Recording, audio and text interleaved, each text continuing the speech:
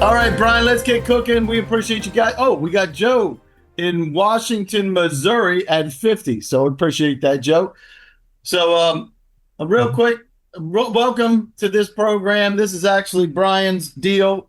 We put it on GovBrief this time because of some issues we had in the last session. So we're trying to make things right, Brian? Make things better. Yep. Third time we've done it, right, Dave?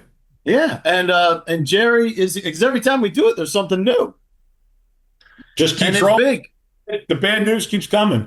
Bad news keeps good news or good news. That's right. Depends on who you are. Which side of the coin you're on, right, Jerry Crenning? True that. It's got to play the hand you've been dealt. That's right.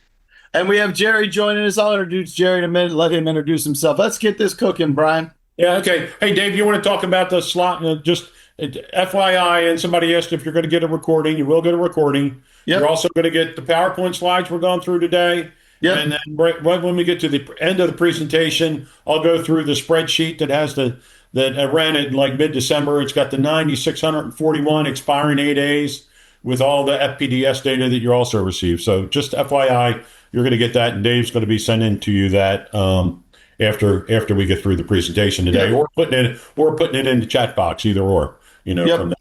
Yep. That's what I'm going to wind up putting in the chat box, and then I'll get the link as soon as I have the final link so everybody can download everything. Okay. So great. So welcome, everybody. My name is Brian Hebel. I was a contracting officer for 32 of my 34-year career prior to when I still worked in the government. Wrote a book, How to Market and Sell to the U.S. government, A View from the Inside, because I used to meet with 2 contractors a week, and I would find out what y'all were doing wrong in terms of engaging the government.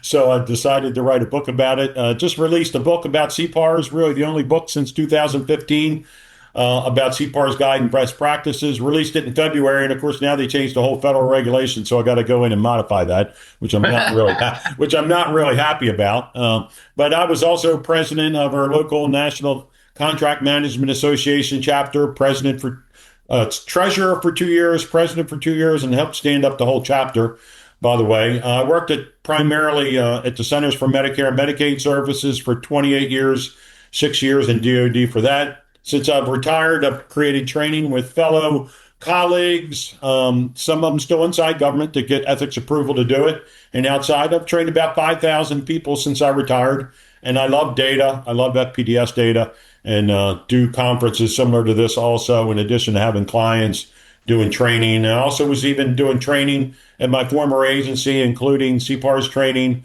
a simulated technical evaluation panel training exercise that I'm pretty proud of creating, and a FAR crash course. And Dave, myself, and another business partner created CPARS Radar. We've been working on it, and we've just been releasing it in January. Released it just in February, and it's really to help contractors.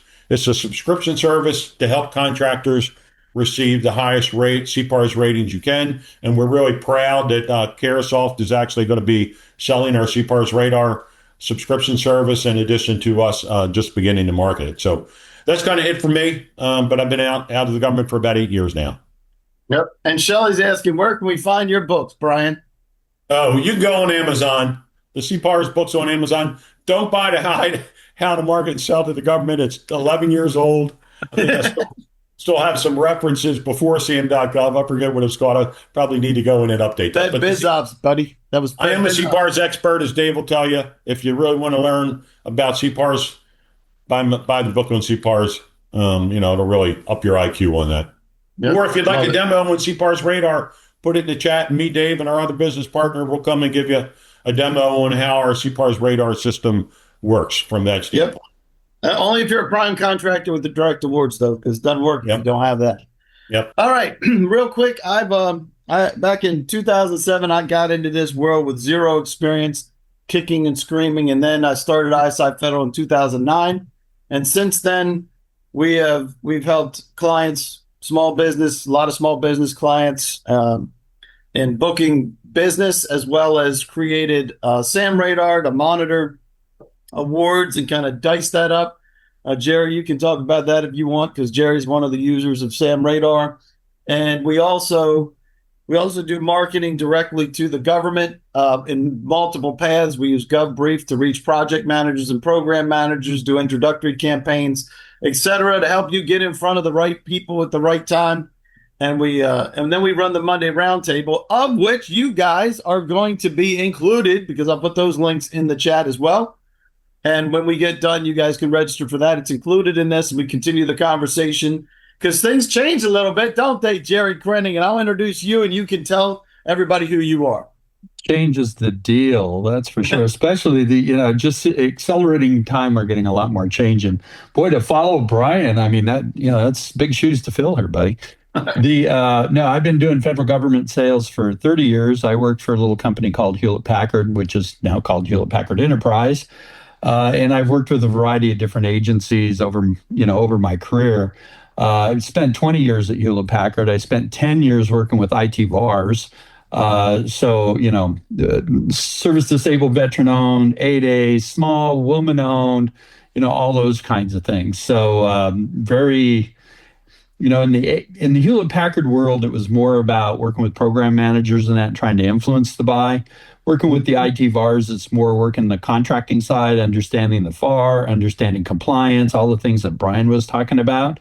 And so I've been working with these companies because selling to the federal government isn't like selling to commercial. It's a whole different experience. And, people try to take commercial methods and try to sell to the Fed that way. I'm sure you experienced that, Brian. Look at me, I got a nice suit. Hey, how about you buy from me, buddy? So, and you go, hey, I can't even find your name in like the DSPS. And they go, what's a DSPS, Brian? I will say, Jerry, though, but if you were an 8A, and we're talking about 8As today, yes, if I had an 8A requirement on my forecast and an 8A contractor met with me, and I looked at everything my division or my group had to do this year, I'd send them over to the program office, and quite often they would get contracts that way. Oh, absolutely, yeah. So lots of experience doing this. Lived and died many, many, many opportunities in my. Hey, Jerry, I know we got a lot of people, but I'm going to ask you. My uncle was a VP at Hewlett Packard, Clark Tankersley, but he retired a long time ago. I don't know if you recognize. I always say at one point there were 350,000 people working at Hewlett Packard. And you don't know him? What's the matter with you, Jerry? I thought you knew. No. Okay. And actually, I was the 18,977th employee hired. So, wow. Yeah. Top of the list. Let's get going. Yeah. Let's roll. So just FYI, the chat box is going to be open today. So, if you have questions as we go through, ask them, and hopefully we can address them. And I'll just tell you, being a contracting officer for 32 of my 34-year career, if I don't know the answer, I'm going to tell you I don't know. Nobody knows everything. If they do, we always say just run. But we should be able to answer them. And I will say, working with Dave, hopping on after we do this training. If you have questions in the future, email me or Dave. Like I always say in retirement, I like to help people and do the right thing. Submit, and if you got a question, email me, or you just want to have a chat for 15 minutes. If you got a contracting problem, I'm just happy to help. And that's kind of the way we do things. And working with Dave over the past 7 years now, Dave, working together, we're just happy to do that. So what's taking place? We're going to talk about the changes that are going on, and we're going to really go and talk about some of the FPDS data, because you have to hunt with the FPDS data, particularly on contracts that are expiring with 8A, and we're going to talk about that. We're going to go through some of that data, and it really, as we talk about what's taking place in the program, really up to even news 3 days ago, we're going to go through all that, and then at the end, we're going to talk to you about how to hunt a little bit better and maybe think outside the box. I always like to think, and we kind of said this in the beginning, if you are an 8A, there's a little bit of a challenge from that standpoint, but there still might be some opportunity from that standpoint. If you're not an 8A, this disruption is, creating opportunity for you to think a little bit differently and think out of the box. And I'm going to go through what's changed in the federal acquisition regulation. We do FAR training. I've been doing a revolutionary FAR overhaul training and what's in the companion guide and what's in the practitioner guide. We've been doing that now for a couple months. So we're going to go over today some of the key aspects about what's changing in the FAR to make that's part of really, in my opinion, the dismantling of the 8A program. So we're going to talk about that. We're going to talk about planning your approach, engaging buyers, and then how to use the report. At the very end, I'll bring up that spreadsheet and show you how to filter through it and not. Does that sound good, Dave? Any questions there? That sounds great. And David Price and an anonymous attendee have the same issue, and that is end of life of FPDS, which just about threw my whole team into a conniption earlier this week. It's ending.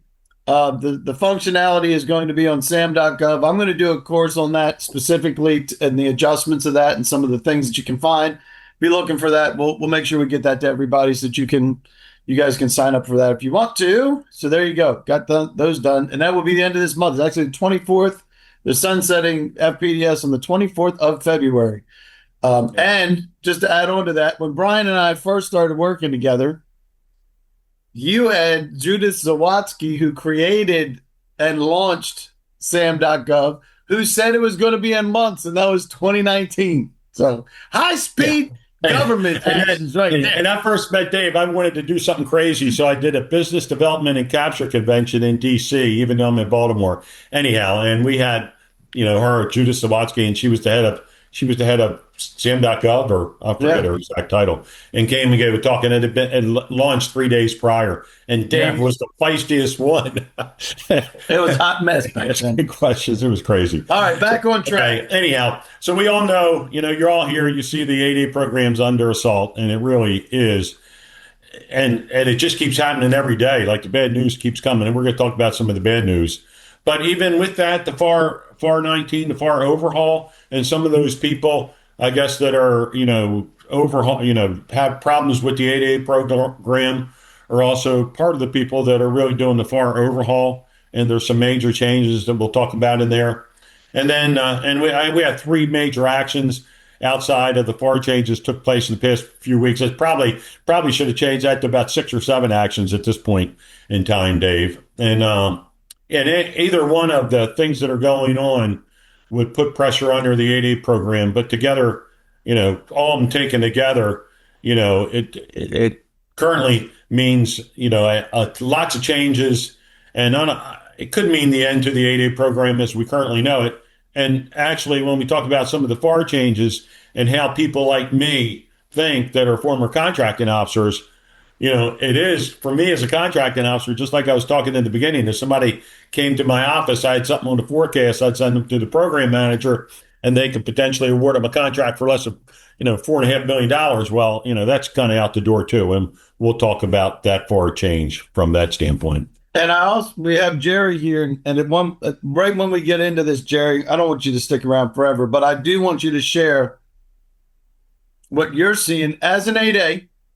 Sure. We'll get to that. There's a couple of pieces that I think you'll fit right in with one of Brian's slides when we talk about all the news that has happened in the last couple of weeks.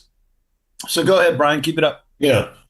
So, the FAR 19, some of the big changes, it reinforces, the policy that the government wants to award to small business to the maximum extent practical, right? That doesn't change. But the role of two now, remember before you would, if a sources sought came out, we're going to talk about sources sought in terms of acquisition strategy, because we're seeing some unique things with that when we hit to that slide. But the rule of two doesn't apply now for either IDIQ orders or GSA orders.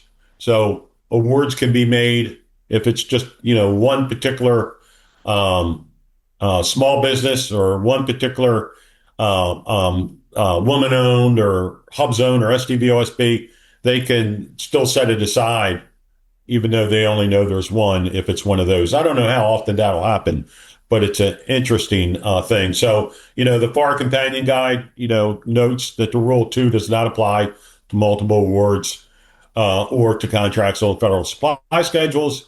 And the deviated text notes that it's the contracting officers to set aside or not set aside orders placed onto a multiple award contract, and it's not the basis of a protest. So in this case, the contracting officer can do pretty much what they want if they want to set something aside on a GSA or an IDIQ contract.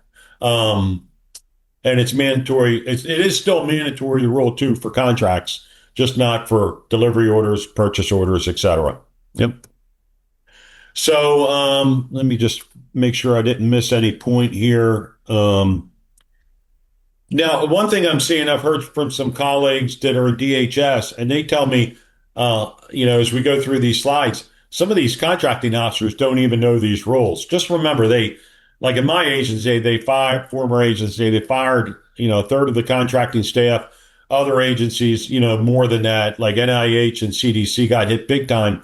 They might not even know what some of these changes are that are taking place. So as we're going through these slides, you need to make sure you know where they're located in a FAR overhaul. And it might be your job to educate the contracting officer or the contracting specialist or your program manager about what some of the new rules are, if they're going to benefit you. If they're not going to benefit you, don't tell them. And so from that standpoint, I do. Right? Just throwing in on that real quick. Thumbs up if you have ever educated someone like Brian, you're a career contracting officer, right, Brian? And you actually it doesn't exist anymore, but you actually had a vendor like us go in and influence you and say, hey, this is in the FAR, and you're like, get out of here. Yeah. So there is a clause that Dave's talking about. Does anybody know what, and I have my FAR right here. I might as well just throw it away at this point in time. FAR 8.404F. Anybody familiar with FAR 8.404F? And it's for civilian agencies and for GSA schedules. It says it's very clear. If the ordering activity issues an RFQ, the ordering activity shall provide the RFQ to any scheduled contractor that requests a copy of it. And in my former agency, nobody really talked about that until this guy, Scott Godfrey, introduced me to it. And now everybody knows it. But that clause is gone. That clause is gone from the RFO, the Revolutionary FAR Overhaul. And anyhow, but I'll get to some of that discussion in a little bit, Dave. So anyhow, from that standpoint now, let's just go through here. The SBA may accept sole source orders above the competitive threshold of 5.5 if they do the normal justification for full and open competition. That's FAR 6.103. And that next bullet there, the first thing in yellow, the important change, it's a big one. When an acquisition is below the competitive threshold, that's the 5.5. It used to be 4.5. The contracting officers must first try conducting the acquisition using a competitive 8A order using a SBA approved wide contracts that permit it before proceeding with an 8A sole source. So me as a contracting officer, I can't do 8A sole sources less than $5.5 million unless I go on a GSA or an IDIQ first. So what does that mean, Brian? That means however many, whatever, when we start going through the slides, to over 6,500 8A sole source contracts can't be 8A sole source anymore. But you're definitely not going to do it unless you absolutely have to. No, because you got to do the other work first. Why would you do that both times? No. With that said, a lot of these changes aren't codified yet. You actually have to go to the type in the FAR overhaul. You got to go to and type in FAR Part 19 and see if your agency has adapted these deviations to the FAR before it's officially codified. I'm sure probably most agencies have, but you still might want to just check and make sure. You can just type in FAR overhaul, it'll pop up, and right when you go to FAR 19, it'll show you which agencies have made deviations to FAR Part 19. When you click on it, it'll say 31 agencies, and you click on it, and it'll show you. But that's a huge change. And then the second big change in this FAR 19, it clarifies the requirement is automatically released from the 8A program if the follow-on will be set aside under the Hub Zone, SDVOSB, or Women-Owned program. Release does not have to be formally requested from the SBA in this situation. So like in the past, when I was still in government, if we had an 8A, we would say once 8A, always 8A. Well, that's out the door too. So I, as a contracting officer, are going to decide to take something out of the 8A program, and I have to keep it in one of these. So if you're an 8A and you want to argue with them, you got to keep it in the 8A program. They're going to say, I can do what the hell I want to do. I really don't care what you think. At this point. So they can do that. They can take it out. These two changes to me are probably the biggest changes beyond the fodder that we're going to talk about in the news. These are the big changes in the acquisition regulation that are going to affect the contracting officer's acquisition strategies. That's pretty big from my standpoint. So Brian, Any comments or question for you real quick.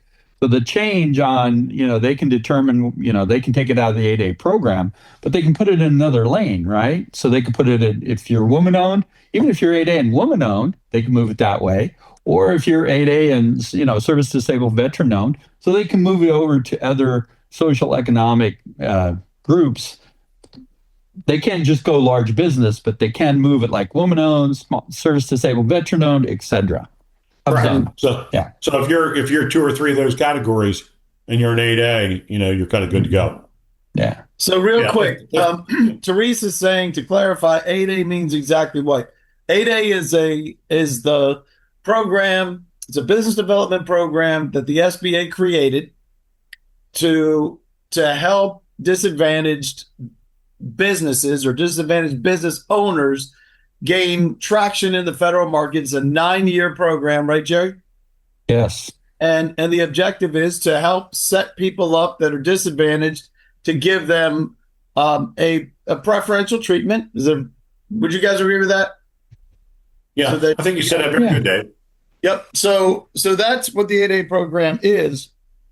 And in the FAR, the 8A still exists, by the way. And the thresholds. Yep. But the biggest changes that have happened, and if you're new to it, and it's not changing anything for you, but if you have been in that program and you have contracts, the contracting officer has the ability to remove it from the 8A program, which used to take an act of God to get it out, not Congress or anything else. It was like, it's the one place that the SBA had their hands clenched around that they would have let it out of that program. So the one thing a lot of this stuff will start making sense too. The one thing I learned about Teresa, the FAR is the Federal Acquisition Regulations. So those are the rules. And the way that I describe it, it's like the NFL rule book. Okay. And so, but there's sections of it, depending on what you do and what job you have, that apply to you. And so that's like in the NFL, you got wide receiver position groups or running back. They understand the rules that affect them. But the coaches have to understand the entire rules book. So that's what the FAR is. It's the rule book. Yep, that's great. And here's a great question from Richard. If the government changes to WSB, does it always need to be WSB? And the answer is no. No. Yeah. Good question, though. Yep. That's a great question, Richard. Yeah. Okay, so let's go here. And you see I have highlighted in red the release. And I'll just go to the bottom bullet first, as we were just talking about it. The release requirement for non-8A procurement. Previously under FAR, the agency needed SBA to release an award to take it out of the 8A program. So in like our agency, when I was still there, if we wanted to take something out, we would go to the small business specialist. We'd have a meeting with the SBA. The SBA would always push back, as the small business specialist would. Well, that doesn't have to happen anymore. SBA is not involved in it. Big deal. Yep. As long as we move it to one of those other programs. So again, we have in there about the 5.5 threshold. They got to conduct a competition first, just what we kind of went over. A couple other things that were removed from the FAR that were pretty big, just to kind of go over. The SBA's role in carrying out the program, that's been removed. Like they butchered FAR Part 19 for sure. And Dave, I forgot to take that out where we had it noted twice. I don't know how I left that in. Because it's twice as important. Yeah. Well, and the SBA is still involved in new contracts, including new IDIQ contracts. So the contracting officer is going to have to talk to the SBA if it's a new contract from that standpoint. Yep. So removing it from the FAR, Yeah. No, well, but let me just go back to that just to make a point. So that, if it's a new contract, they still got to talk to the SBA, right? But if they put it in any of those four programs, SBA is just going to check it off and say, okay. Where the SBA really gets involved and gets heated is if you're not going to put it in a small business program and it's a new contract. So just FYI on that when you're thinking about acquisition strategy. So some other things that were removed, and by themselves might not sound like a lot, but together it's pretty big. Here, insufficient reasons for not setting aside an acquisition, gone. Differences between the agency and the SBA, gone. The Small Business Administration's role in carrying out the program, gone. All those things Yeah, are, that's huge. yeah. That's enormous. Yep. And they crazy. Anyhow, so let's talk about the bad news. And Dave, when Dave and I talked and said, let's put this presentation together, there's a lot of issues going on out there, and there certainly are. But the bad news traveled fast. I think one of the things, I mean, there's a lot of stuff in the news though, but I think one thing that, of course, we have a new administration and we have the issues that they had with the DEI programs. But one of the things that kind of triggered this off, and just in my opinion, was this where 14 prime contracts under the 8A program worth 550 billion were actually bribing a contracting officer, which I'm appalled of. I can't kind of believe that. From the people I know that work in government in contracting role. It was the O'Keefe group kind of put that where they're defrauding SBA's 8A program. I think that really kind of, really was in the news, yeah. And we do have somebody clapping their hands. Yeah. That was just really, really bad news, from that standpoint. And then they had a lawsuit, and this lawsuit was from two organizations down in Louisiana, the Center for Individual Rights and Wisconsin Institute of Law and Liberty. They filed a lawsuit on behalf of the plaintiffs, and the plaintiffs they didn't get into, and it's at which bullet is it? They didn't get into some the very bottom one, the Revere Technologies and the Young Americans Foundation. They alleged that they were excluded from DHS fellowship due to 8A based eligibility rules. So if that lawsuit is won, it would throw out the whole 8A program as what we've read in the past. So that's another hit potential problem with the 8A program. And then, probably the big things that have been in the news all and over again, and they're not going away from what we see, was where the SBA ordered the financial records of 4,300 8A firms seeking 13 different data points per se. And we have some information on the other slide, and it was 1,091. So they had to submit that. Initially it was January 5th. It got changed to January 19th.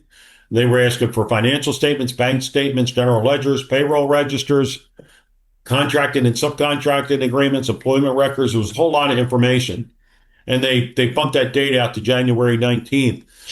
And about 25%, it was 1,091 of those contractors didn't submit the appropriate data. And I think the language that we have on that upper slide, they were, I guess, temporarily suspended from the program, maybe until they comply. Yep, they were like that. They were suspended within 3 days. Yeah, if anybody has a list of who those contractors were, I'd like to see it. I haven't seen that myself, but that's an opportunity. If you see a contractor that was suspended from that standpoint, and you have an opportunity to go after some work, you might want to let your contracting officer know that company was suspended. What's your acquisition strategy? From that standpoint going forward.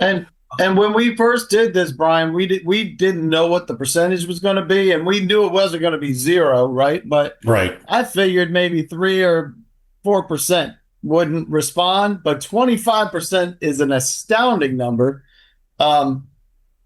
So then additional, as we'll talk about this in the next slide, I think.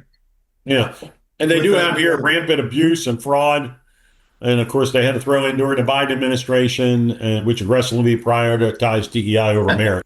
So anyhow, so that's what they said, and just want accountability for the taxpayers. Yeah. So then there was another. This senator put out 22 letters to 22 agencies, and the link and the letters are up there. And in each And they agency that they put out, they noted a contractor with potential fraud that's being investigated. You know, quite a few of them were the ANCs that I saw, and I'm not making any judgment on any of this stuff that I'm saying today. I'll just throw that out there. If you want my personal opinion, give me a call and I'll tell you. But I'm just telling you what the information is saying out there. But anyhow, each of the letters talked about fraud. So they got 22 agencies and 22 examples where they said they're looking at fraud. So this, and when we did this presentation last time, somebody was saying they're blowing smoke, and the senator's trying to get some time, in the press and all that stuff, and that could be, but it's just another thing going on there. Dave, any comment on Joni Ernst's letters? And we have some of those samples of what that letter looked like, and here she was sending it to Pete Headset. It was December 8th, and all the letters were pretty much the same, and they noted in there, the contractor that had the problem. And here I have some of the contractors that they have, and the reason I'm saying they were ANCs, you got Chenga in there. I think Echelon is too. You got Changa, but some of them were from that standpoint. So, and we'll talk about that. There's a bunch of questions about that, and we'll get to those in a minute. I don't have a whole lot more to throw in on this. It's pretty much straight ahead. I think this is one of the best slides for kind of the accumulation of things. And Jerry, I want you to speak to this specifically, how it affected you. But we know that disruption is taking place within the 8A program, and you are an 8A contractor, right? So, and on the Monday roundtables, which I'll get the links for everybody so you guys can come to these too. But Jerry's a regular participant in this, and he's been updating us on this specifically towards what is happening with you specifically. So what was one of the first things you did when you heard about the 8A program getting some bad press? And Jerry is an 8A. Jerry, the digital plasma company I work for is an 8A, yes. Mm-hmm. And they're the second 8A I worked for. So, yeah. The first thing I did, removed all references to 8A and all our materials. All materials, including your signature and your email. Signature blocks, emails, capability statements, websites, all that stuff. Gone. Yeah, it used to be a calling card, wasn't it? Yeah. It was a good calling card for people like me that I could get to you easy. Yeah, well, and you're a contracting officer, and the message is loud and clear. We have well, there's a couple things. We don't favor 8A program. We see this as tilting the scale in one way or another, and that's something they're trying to get away from. And then, the other part of it is like, all right, so there's that part of it. And then when you get these fraud type of things pop up, it's like, oh, wow, does that mean I'm going to get scrutinized? I mean, wouldn't you think that way, Brian? Hey, you know, why would I want to use this program? And then on top of that, so we were working on a specific opportunity with transportation, and we did it 8A last year. Everything went great. Everybody happy. Like, okay, great. This year, we're starting to move into the next phases of the project. And it's like, okay, we're going to go 8A, the end user, 8A. And the contracting office says, nope, we're not going 8A. And so he came back and said, well, what's an alternative? And we said, well, we could do a GSA. We have all this stuff on GSA. We've got our GSA schedule. And they came back and he says, the head of the agency, not the executives, head of agency said, no 8A until the smoke settle. And that's not quite the words he used, but until things settle down, we really want to avoid using the 8A program. Yeah. So then it was like, all right, so what's our alternatives? So our alternative was we found a single source BPA that was being utilized there. We became a sub to that company in order so we could get the awards so we could start the work. Did you work that through the CO or the program manager? Through the program manager who worked with the contracting officers. Yes. Yeah. Okay. Yeah. I thought so. Yeah. So this for everybody that's here is a textbook example of how a great relationship, number one, with the customer. They still want to use Jerry. They like Jerry, but there's a roadblock that's laid down. I don't care what roadblock it is. We all run into roadblocks in our life. But in this instance, it's a roadblock that Jerry didn't create. It was created by the changes in the 8A program, and the result of which the contracting officers, which are uniformly 100%, I can say this, broad. I know what you're going to say. Absolutely. You're going to use the R word. And I'm using the R word. R word. Yeah. And it's R risk averse is what they are. 100%. Yeah. I've never met a contracting officer of you, Jerry, that was pro risk. Got to be compliant. You know, Brian, I say being a contracting officer is the only one that you could go to jail by doing your job. Yeah. I mean, they have legal consequences. I know two people in my former agency had to get their own lawyers. Yeah. Yeah, it's a serious thing, you know. And they can do it. You could do it accidentally, but I mean, maybe you won't go to jail, but you know, you could do some things that you didn't intend to, or wasn't on purpose, or whatever, and you can get in trouble. I had the Defense Investigative Service come to me twice in my 34-year career. You know, walk into my office with guns at one point. But anyway, well, you have to be compliant, and that's why they're risk adverse. So for everybody that's here, this example is exactly why, one, you want to pay attention to what the perception is of your company with the contracting officer, as well as the program manager too. But the program manager liked Jerry so much, he was figuring out a way how to buy from Jerry. Number one, be an absolute valuable asset to every single one of your customers. Maintain that communication. And if they say, no, we can't do it this way, then ask them, how else can we do it? And what I love about what happened with you, Jerry, is not only did you get now you have a relationship with a prime that you didn't have a relationship with as well, right? True, yeah. And now what can you do?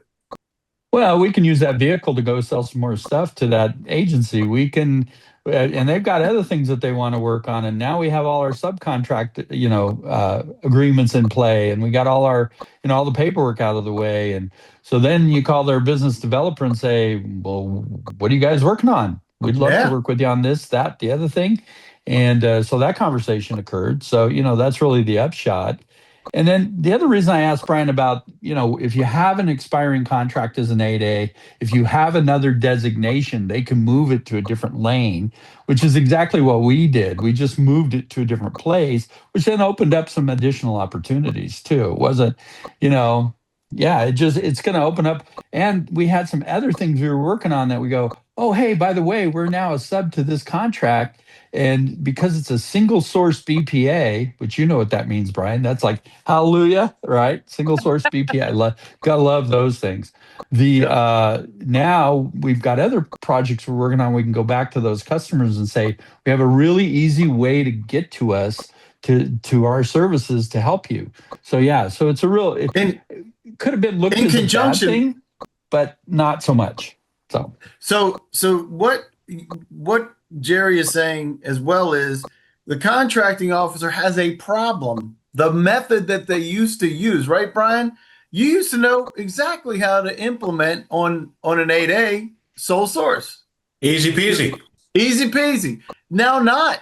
So the contracting officer who's risk averse does not like the concept of new risk, even though the FAR says they still can.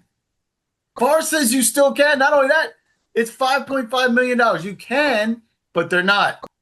So in this time, is it interim time? Is it going to come back? Is it going to change? Is it going to be morphed into something new? We don't know. But right now, you can do exactly what Jerry did. If you're an 8A, you need to get that distance. If they have trepidation about your 8A, get rid of it, right? If they have trepidation, get rid of it. If they still love it, use it, but be careful because you may get up food stream and they're not going to approve it. David, I will say everything about it. And I will say, when we get through some of these slides, we're going to show you some samples of sole source, hub zone, service disabled, or women-owned small businesses that are out there. So there's more sole sources for simple stuff, and we're going to show that to you just to Yep. maybe get you to think a little bit differently. Because like me as a contracting officer, if somebody came and they're doing IT and they're women-owned, I'm saying, well, how am I going to get to you as a sole source? But you need to think a little bit creatively on some of these acquisition strategies, and that's what we always think about: how to do it as quickly and efficiently as possible to get the work done. It's all about getting the work done. And real quick, just to build on this for Cynthia, can the KO choose to keep the contract in the 8A program if it's under 5.5 million? The answer is Got to go compete it now. No, I got to go. I can keep it in the 8A. I can keep it in the 8A, but I have to go out to see if I competed on GSA or an IDIQ before I would do a sole source. So the answer is really no. I so mean, the answer if is you're on the answer is an 8A yes. stars. The answer is yes if I jump through some hoops, and I don't want to jump through hoops. But you can So- put it to a different lane, right, Brian? You could go, Yeah. like if it's 8A, you move to woman owned, you won't have Yeah. to compete it, correct? Right. Okay. Well, no, I'd still have to compete it unless it's a sole source. If it's Right. woman, if I take it out of the 8A, I can't do a women-owned sole source unless I, post do a justification and post it. Now, Hub Zone, you could. Hub Zone or veteran owned, maybe? No, Yeah, no, you can do no. it. I think so, Brian. Yeah. 'cause Yeah, I'd have to have a sole source reason to do it. Yeah, but Yeah. that's just a justification. Well, I'm saying, and we're going to talk about that. Well, Okay. I actually do. I actually have a session on sole source contracts, and you don't even need any socioeconomics because the justification and approval process gives you the ability to do it. So get boned up on that too. Go ahead, Brian. We got to keep moving. I Okay. love all this. It's great stuff. I think once we get into the meat and potatoes and we get to the spreadsheet, everybody will be able to use it now. I'm going to Yeah. drop off, Dave. So, Thank you, Jerry. You're an all. Thanks, Gary. Nice Absolutely. meeting you. yeah, it's good talking to you, no Brian. Monday roundtable because it's federal holiday. Really? Again? Gosh, you're on Again. holiday all the time. You say every Monday is a holiday. Anyway, you guys have a great day. Thanks again, Thanks, Joe. Brian. I'd really like to catch up with you. Thumbs Need up to for update Jerry. that book. Talk to you later. Bye Thanks. now. Take care. Thanks, Jerry. So we see it's, just kind of conclusion on just some of the changes going on. It's a real disruptive state out there. There's huge opportunities, from this standpoint. And like some of just recent things, the Department of War is now doing its own investigation beyond the 8A. And some of those things Pete Hegseth said is related to DEI and fraud, coming out of the administration. SBA clarity on 8A eligibility is, and what was that one, Dave? What was that article? I don't remember. I'm trying to think on that one. Which one? The 8A eligibility, the January 22nd one. Oh, I know what that was. Yeah. Yeah. So, I'm thinking of recertification. if No, you sell. it's actually clarification on your eligibility to become an 8A, which is a lot of what the 8A program was based on was a race-based program. And that was, by the way, that didn't happen in the Trump administration. Actually started happening in the Biden administration with a lawsuit. Is that it shouldn't be race-based. If they put it as disadvantaged, that's the play. Is that there's some kind of disadvantage action. Okay. Thank you. Okay. Well, then the other thing on January 22nd was they suspended 1,091 firms that didn't submit the information. Crazy. And then just coming out, 3 days ago, 154 contractors were totally suspended from the 8A program because it said they're not disadvantaged anymore. I guess, Yeah. on their financial statements. So, Yep. And some of those were making, I don't know, what did you say? Jerry was, oh shoot, I meant to have Jerry talk on that. He said that one of them was making like $30 million a year. So they would have graduated. They should have graduated because the 8A program has thresholds. But once you reach them, you can graduate. Yep. Good. So just one thing here, when you look at an agency small business goal, just clarify, they have goals for small business, small disadvantaged business, women-owned, hub zone, and SDVOSB. But 8A is not a category that those dollars go into the small and disadvantaged business. So just FYI, just to make sure you all know that. from that standpoint. So let's talk about FPDS, and I guess Dave, we're going to be calling it SAM.gov. What are we going to call it? SAM.gov data, or what's it officially going to be It's called in about 2 weeks? it's it's contract award data on sam.gov. Okay. Mhm. Contract award data. So it's CAD, it's contract award data. I didn't Okay. say that's what it is. I don't know what they're calling Yeah. Okay. So FPDS. So as a contracting officer, every time you make an award, $0, $10, $1 million, $100 million, contract modification, you got to put information in FPDS.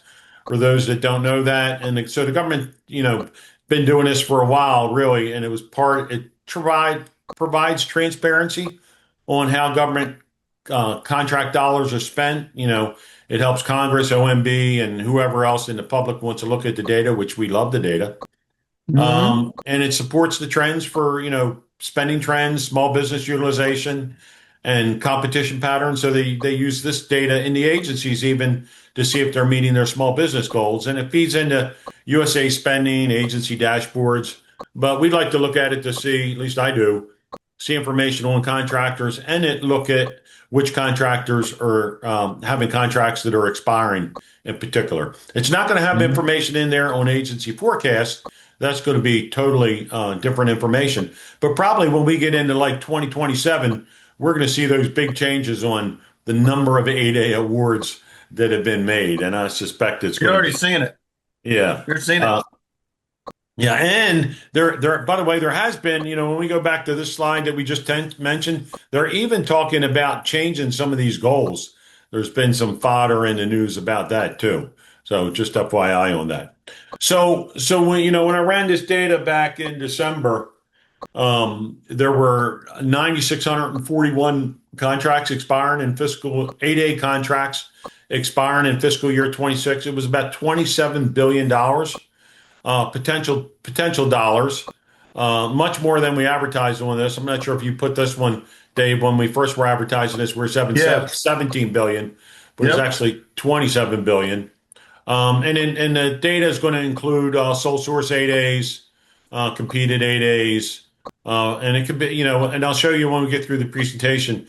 You could sort it any way you want, really. Your NAICS codes, your PSEs. And one of the important things here when you start to go through this is finding the buyer contacts. And a lot of the agencies put they all put information in of who the buyers are in FPDS, but sometimes, most of the time it's their email addresses. Sometimes they kind of hide that so you can't get to it. They'll put their name, but not their full email address. But we're going The to show the government's obfuscating data. you. Say it isn't so, Brian. Yeah. Well, we're going to show you how to find that. It's on the spreadsheet for every action too. So some of the key facts you might want to use when we do get to the spreadsheet is, I'll just say the awardee name, the agency, you see at the bottom of the second column, the potential period of performance end date, the value of the award, the type of set aside will be in that column, and it's going to be 8A competed or 8A sole source. The NAICS codes, the number of offers received, and of course, if it's sole source, it should be one or blank. And we're going to show you some of that data in a little bit, and then who modified it and proved it. They're the items. They're the primary things in the data that you're going to receive that you probably want to focus on from that standpoint. So look at this. So the number of 8As competed or sole source, there were 30 of the 9,641. 3,361 were competed, about $10 billion worth of work. And then 6,280 were sole source. And that AN is just the abbreviation in FPDS, by the way. And that would represented about 17 billion. And you can see the average dollar amounts of the awards that competed versus sole source. Yep. So all of these are expiring. Yeah. Now there were 1,481 that were less than $250,000, just FYI, and some of them could have been purchase orders. But depending on what you're doing, that's a good place to hunt, for work too, depending on what your services or products are. Yeah. So, actually, when I looked at this slide after doing some of the latest things in the news, and with particularly some of the things that Pete Hegseth's been putting out lately, you can see that, the majority of the dollars and well, about half the dollars, we're talking $27 billion. So half of it is DoD, right? From that standpoint, but and a little bit less than half of the actions are DoD. So DoD's got like the majority of the dollars and from the actions and the dollars from that standpoint. That was really interesting to me, and that's where I think the 8A program is particularly under a strong attack right now from that standpoint.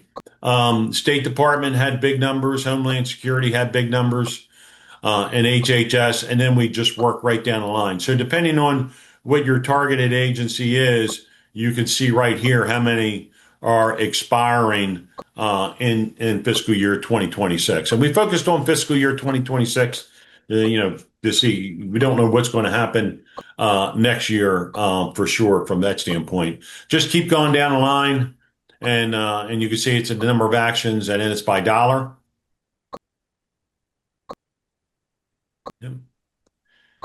Still keeping going right down the line, kind of try to include as many of these just so you can see what your targeted agency are. And you'll be able to sort this right on the spreadsheet real easy.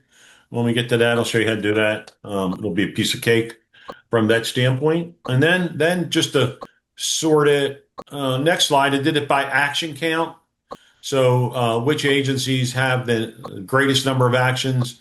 And I broke it down a little bit further than just DoD. And you can see Army, Navy, Air Force, DLA, and then DOS Office Acquisition Management. I'm going to assume that's DoD too, or unless that's the Department of State. I'm not sure if anybody knows that one.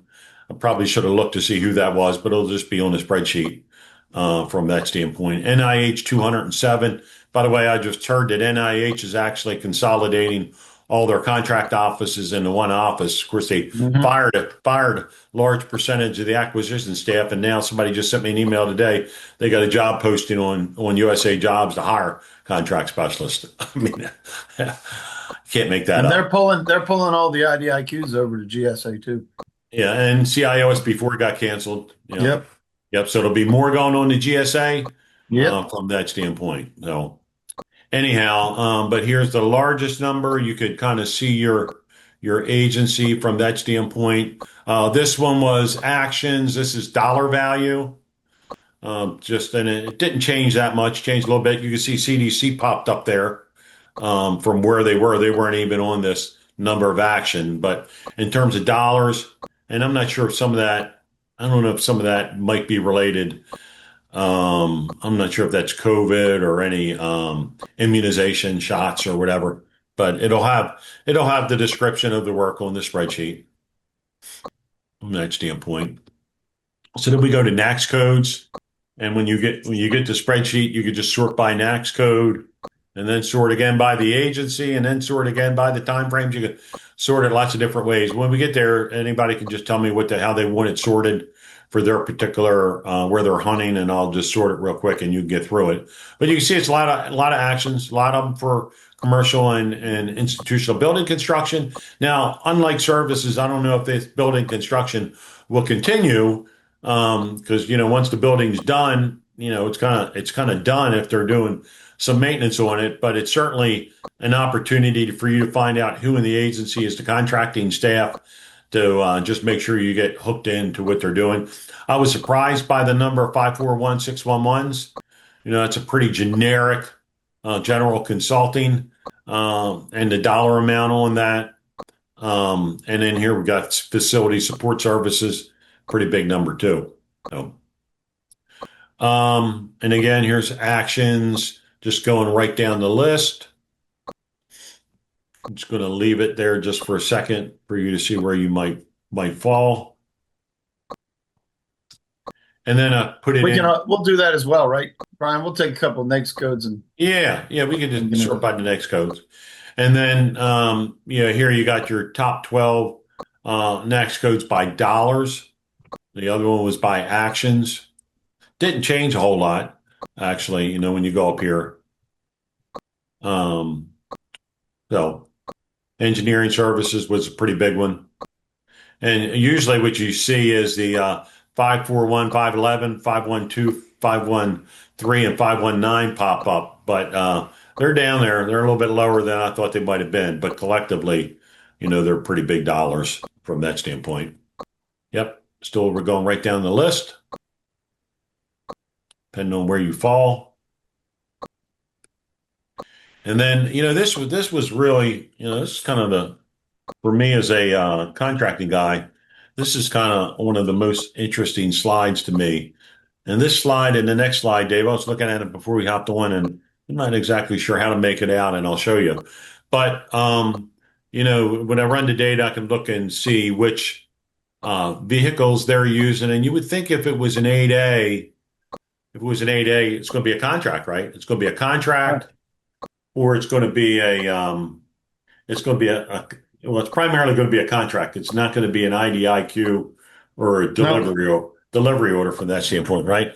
So it's blank, and that means to me, I would have thought, and it's 22 billion of the total, that it's contracts. It's contracts that they're doing, or they just didn't put the data in the field. The data we run is only as good as what the contract specialist puts in, and maybe it's not a field that they have to put the required field to get the information through FPDS, so they just don't put it in, right? But then when I go down here, look at this next slide. It's got 2,391 contracts and 6,159 delivery orders. Now, I don't know if that counts the simplified actions that maybe they did as purchase orders, but they called them as purchase orders there. But that data doesn't make any sense to me. And I'm not sure why they would have classified that many as delivery orders. Does it make sense to you, Dave, at all? I'd stop trying to make sense of what they do. Okay.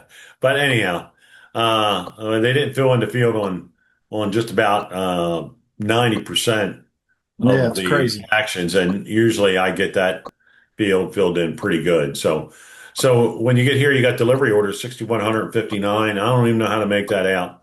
If you're doing an 8A sole source, and they could be doing it on something like Oasis or 8A stars, right? That would be a delivery order, but not that many of them. So I'd have to look at that data a little bit more, and I didn't before this call.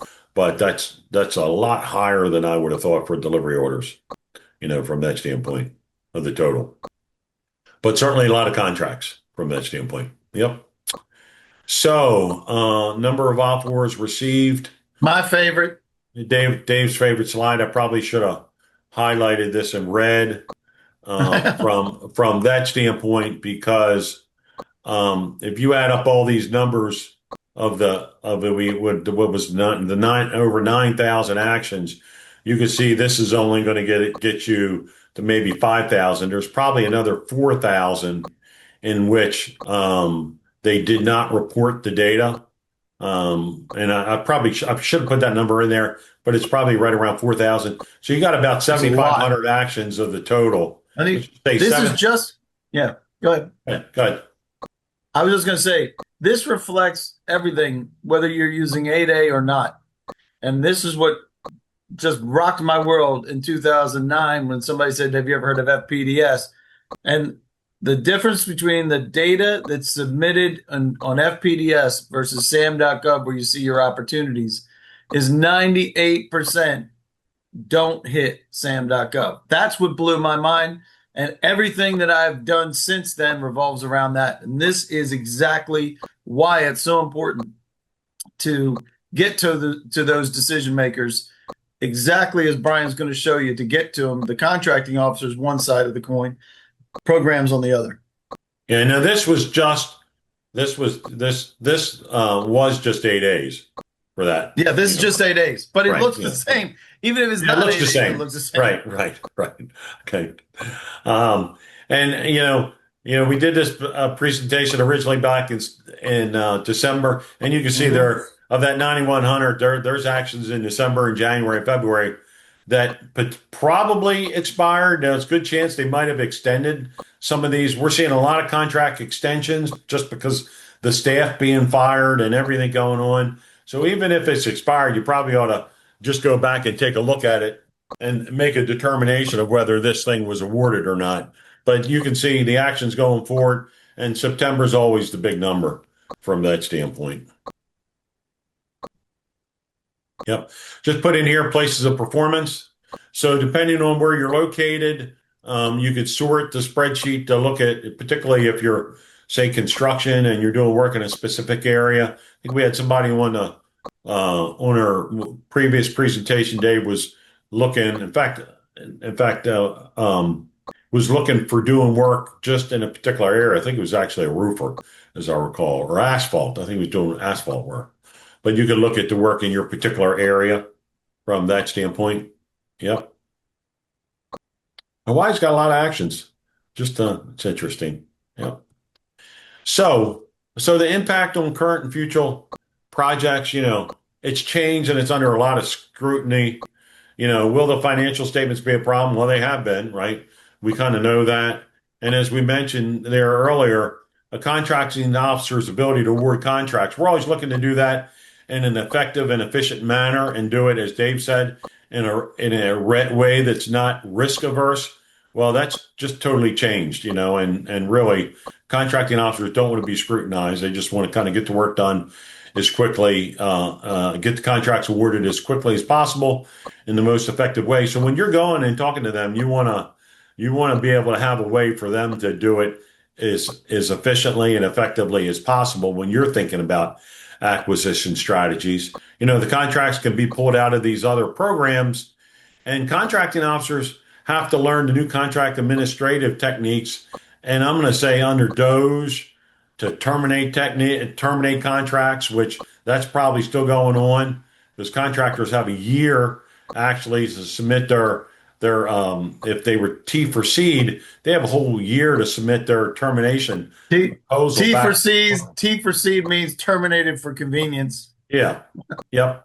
So they have a whole year for that. Even though, like in USAID, they got rid of everybody, closed down the whole agency. But the people that had contracts wherever they're sending them to, they got a whole year to submit a settlement proposal to the government on that. So that's probably meaning and I think that went to State Department. Those contracting officers now are actually probably negotiating settlements. And we did some training on that back in when that was happening about a year ago. So now contracting officers really are going to want to look beyond the 8A program in a lot of cases. Now I'm seeing some work still in the 8A program, and if you are an 8A contractor, you have to figure out real quickly, and we're going to talk about that, what your contracting officer's thought is, or that agency be above and beyond what Jerry said. So if you do see that your agency is having an event somewhere, an industry day event, like I'm going to one next week at my former agency at the Medicare headquarters. If you get the opportunity, ask your contracting officer or people higher up in the agency, what is their status on awarding contracts to 8As. And, you might find out, no change, or you might find out what Jerry said, that the top of the agency said we're not going to award contracts to 8As anymore. So again, you saw there was $27 billion in contracts expiring from when we ran that data in December. I've just mentioned their workload's increasing. Actually, like the sole source 8As was easy peasy, get it done. Now they're going to have to go out and compete that. So they're, in addition to them firing lots of staff, they have to go out and compete the work. And I always say contracting officers like competition, just not too much of it. I love that. My second favorite thing he says. Yeah. So if they're going to compete it, if you're doing work in DOD, DOD got busted probably been more than 10 years ago. And I believe at this point in time, all the work that DOD is doing, they have to post it on eBuy. Civilian agencies don't have to do that. They can do limited sources on eBuy. So they'll go out to 3 to 6 vendors in a lot of cases and just do the computation that way. By the way, one thing that I've saw, and this was Homeland Security, that somebody noted me that they were doing there, they were posting sources sought notices. And when they post the sources sought notice, they're using that as a phase 1 down select. So if you see a sources sought notice, you have to respond to it from that standpoint because they're trying to find vendors and they're going to use that source of sought notice to maybe do limited sources on GSA. When I heard that, and this is somebody that's talking to the contracting officers and they're saying, yeah, we're using the source of sought notice as our phase one. I don't think they called it that to do a down select. So if you don't respond to the source of sought notice, they're not even going to include you in from that standpoint. And one thing that we don't have on the slides going forward that you're going to see, and our CPARS radar product, and I'm a CPARS expert per se. I hate to say I'm an expert. I hate saying that, but I am. Me and some of my colleagues that are put CPARS radar together. We know probably more than CPARS than almost anybody else I know of, and actually had some influence on some of the legislation that's out there. But after April 1st, 2026, your CPARS, your contract award data is going to be used beyond just source selection data for CPARS. It's going to be used for contracting officers doing marketing research, and it's going to be also used for contract management or program management within the government. So going in 2026 and beyond, that CPARS data, CPARS information that's in the CPARS system, contracting officers can use that to pick the highest performers. So if you really don't have a very good, and I'm seeing this in the future, a couple of years out, if you don't have very good or excellent CPAR ratings, they might not even include you as contractors who would be included in the solicitation release, including on like a GSA or even IDIQ. So they're going to limit competition based on your CPARS ratings. I see in the future as almost using your CPARS could in the future maybe be like a 5-star rating that you're just going to download it. Their AI is going to tell you who the highest performers are. And if you have satisfactories, and some cores tell you they're not going to give you any higher than a satisfactory rating, well, you might not be included in a competition in the future. And 50% of contractors' ratings currently are satisfactory or below. So I think contractors, even with the revolutionary FAR overhaul, you need to have increased review and thought processes on how you go about managing your CPARs. I think that's going to be pretty important coming up in it's important now. I mean, it's important now. If you we've seen it on some of these, I think it was Army maps and Oasis. If you have any marginal or CPARs below a certain rating score, they're just kicking you out, but don't even apply. So it's going to be used a little bit more just to thin out the herd, is the way I see it from that standpoint. So the acquisition strategies are changing. They may be using new strategies in the future that we haven't seen, kind of like what I just mentioned. And they may not be familiar with the FAR changes. I'm hearing that also. So there's this information on the revolutionary FAR overhaul where contracting officers can put in their new and innovative approaches for doing acquisition strategies. And even in FAR Part 16, which identifies the contract types, it's even telling them that if you want to use a contract type other than fixed price, cost reimbursement, all the things in FAR Part 16, go ahead and try it. I can't imagine what a new contract type would be, but they are encouraging contracting officers to think a little bit differently from that standpoint. So some future awards and projects may be frozen, even until the dust settles. And I think contracts may be extended. And the FAR changes really have really profound ways on how you all can hunt for new work in the future. So I think big changes taking place, and how that's impacting the agencies. We're getting down to your buying command where you might be looking at. It's all kind of up in the air at this point in time. So I think it's an opportunity for you to think outside the box a little bit in terms of how you may have been hunting in the past. So impact on current projects and future contracts.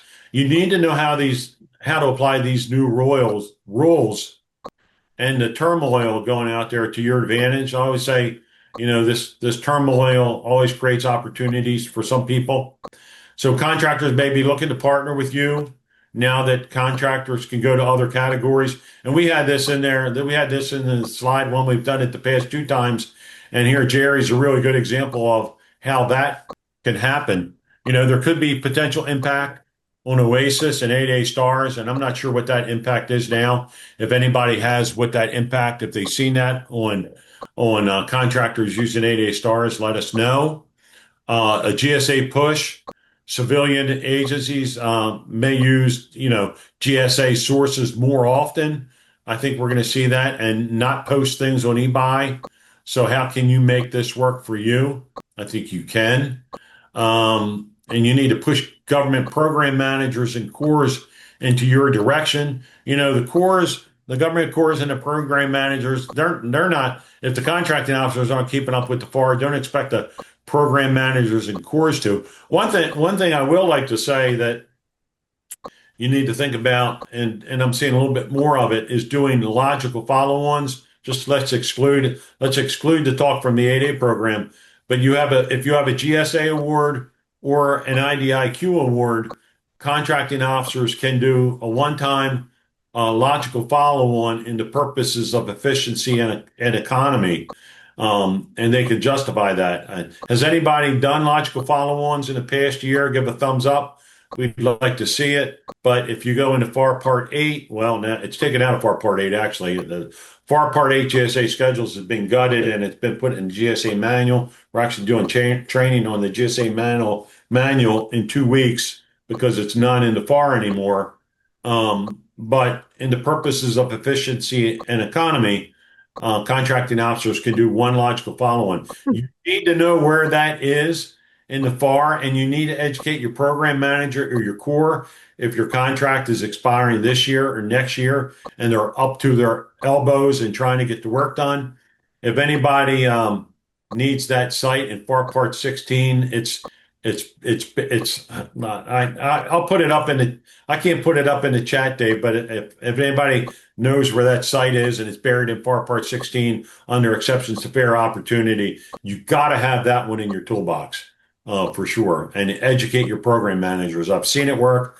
I've helped contractors make that work where they don't have to do a competition from that standpoint. You said FAR Part 18? Yeah, it's a FAR. Once you start talking, Dave, I'll pull that out and tell them where it is. FAR Part 16. FAR Part 8, it used to be in there. It's gone because they totally gutted FAR Part 8 in the FAR Overhaul. But I'll tell you where it was in FAR Part 8, but it's not there anymore. So you may want a team with a company being strictly audited. Do you want a team with a company being strictly audited by the government? I don't know. They're under a microscope and COs are risk adverse. I don't know. That's why I was even asking in the beginning, who are those 1,000 contractors that didn't submit the data, right? Yeah. I want to know who those are if I was a contractor, because if I see one on there and then I go on to the spreadsheet, I'm going to send you and see that their contracts are expiring. Well, they're not going to be getting to them as an 8A, And especially the 130 whatever you had. 154 that you had, because those have existing work. Yep. Yeah, I'd write my CEO and say, hey, have you seen this list? Your contractor's on the list. We can help. So we're gonna do some more work on that, and we'll see if we can update a list for those. Yep. So planning your approach. Sole sources less than 5 million are pretty much no longer available. Now they can move. FAR Part 12, FAR Part 13 is kind of X'd out, and FAR Part 13 is for non-commercial buys, and they moved all commercial buys to FAR Part 12. It wasn't used a whole lot. I'll give just one other tip. If you got some innovative products, per se, go to sam.gov and type in commercial solutions opening CSO, and you'll see lots of DoD agencies are now, I think even more than other transaction authority, they're using this pilot commercial solutions opportunity to try to get innovative products to the warfighter quickly. Just type in CSO or BAA, broad agency announcements, and other agencies, and you'll be shocked how many items are popping up. And I'm not sure, Dave, if your product can help with that, if they're looking for those CSOs particularly, but that's something really I think contractors need to think about. Yep. Yep. So could a contracting officer move a solicitation to GSA and do limited sources? If I was still in the government, that's what I would be doing. Could a sole source be done on a GSA or IDIQ regarding the Rule 2? We're going to talk about that a little bit. And as an 8A, are you an SDOSB, a women-owned small business, a hub zone, or SDVOSB? I got too many S's there. But that would be things I'd be looking for. So plan your approach, understand the Rule 2 in your targeted agency, and there might be some ways you can wiggle in. Now that 8As are $5 million less. Is that a duplicate slide to a? It's close to duplicate. It's pretty much the same thing. You can go to the next one. Yep. So let me just do okay.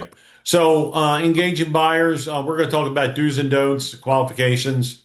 You always this is for folks that were being trained by PTAX and other people to pitch being 8A or woman-owned or hub zone first. That was always wrong. You always want to address it as your qualifications first. So at the very least, this change in the 8A piece makes you do it right from the beginning. And I will say, when I wrote my book back in 2015, don't buy it. But when I wrote, one of the reasons I wrote it is right at this point, when I would have contractors come in all the time, you got to align with the mission objectives. And I came up with came up with 7 things in the book, but the basic 4, and I could do this with my eyes closed: save money, solve a problem, new technology, or I'm forgetting industry trends. But that's the reason you would want to meet with somebody, right? You want to help them think about how they can do any of those 4 things. Particularly even with AI out there with industry trends, they probably, I don't want to say they'd love to talk to you, but if they had time and you had something interesting, they would kind of want to hear that. And real quick, just focusing in on that, save money, solve problems. That's on the program side of the house. However, now you have contracting officers that have a problem because they used to use 8As and now they're not. So now you can actually use your socioeconomic category that's not 8A to help them solve a problem, a temporary problem. It's right now. Does that make sense? Yeah. And I do like the bottom point, sympathy for the contracting officer.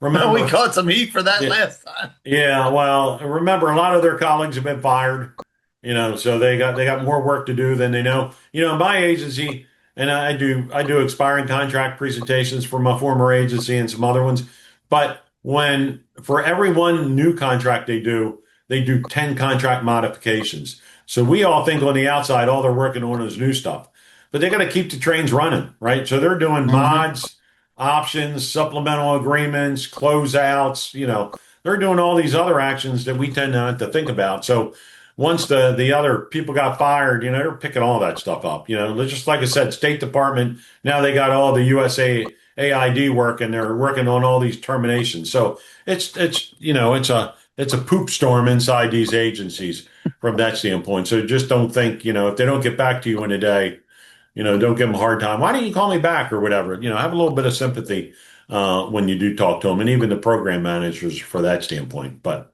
some of these other points, they want to keep their jobs, being That's a big deal. We never seen that before. For anybody who's been in this and calling on these people, that's never been one of the reasons why they would be motivated. And now this past year, there's a ton of people, Brian, a bunch of them. I know a lot of people that lost their jobs. Yeah. A lot of people. And a lot of people worried about losing their job. Yep. From that standpoint, and it's tough. Trust me, being on the industry side, I see how hard it is too. So, so we're talking about how to get new work as opposed to the challenges in industry. And we all know there's challenges on the industry side too with everything going on. So anyhow, I put some of these posts in here just to get you to think a little bit. And I went in to look at, where are there some sole source awards? And there was a big number. I forget how many there were when I ran some data in the past year. I don't know if there were 1,300 or maybe it was a big number. But I put some of these sole source awards in here that you could see. And here, these are hub zones. And look at it like that second one, 6,000 pallet trucks, 6,000-pound trucks for this agency, or repairing HVAC for a hub zone. It's a sole source. Or here are these reinforced polyfibers, polymers. I'm sorry, material supply or national background investigations. These aren't things that, or even the bottom one, security video surveillance system. These are not things that I would think are sole source. And when I looked at this, I said, "Oh crap!" So, like, if you want to try to figure out how can I convince an agency that my hub zone is sole source, go in and look at these. And when you click on these, it'll have the justifications the agency used. But I was surprised. And here's some women owned, right? Here's some. Here, emergency repairs after a wastewater leak. Well, that sounds like a real emergency to me. I will say that. But here, multimedia. You can see why they would sole source fast. Yeah, multimedia advertising, or the other one, forklift preventive maintenance and repairs. They don't sound like sole source to me, but the contracting officers justified them as such. Yep.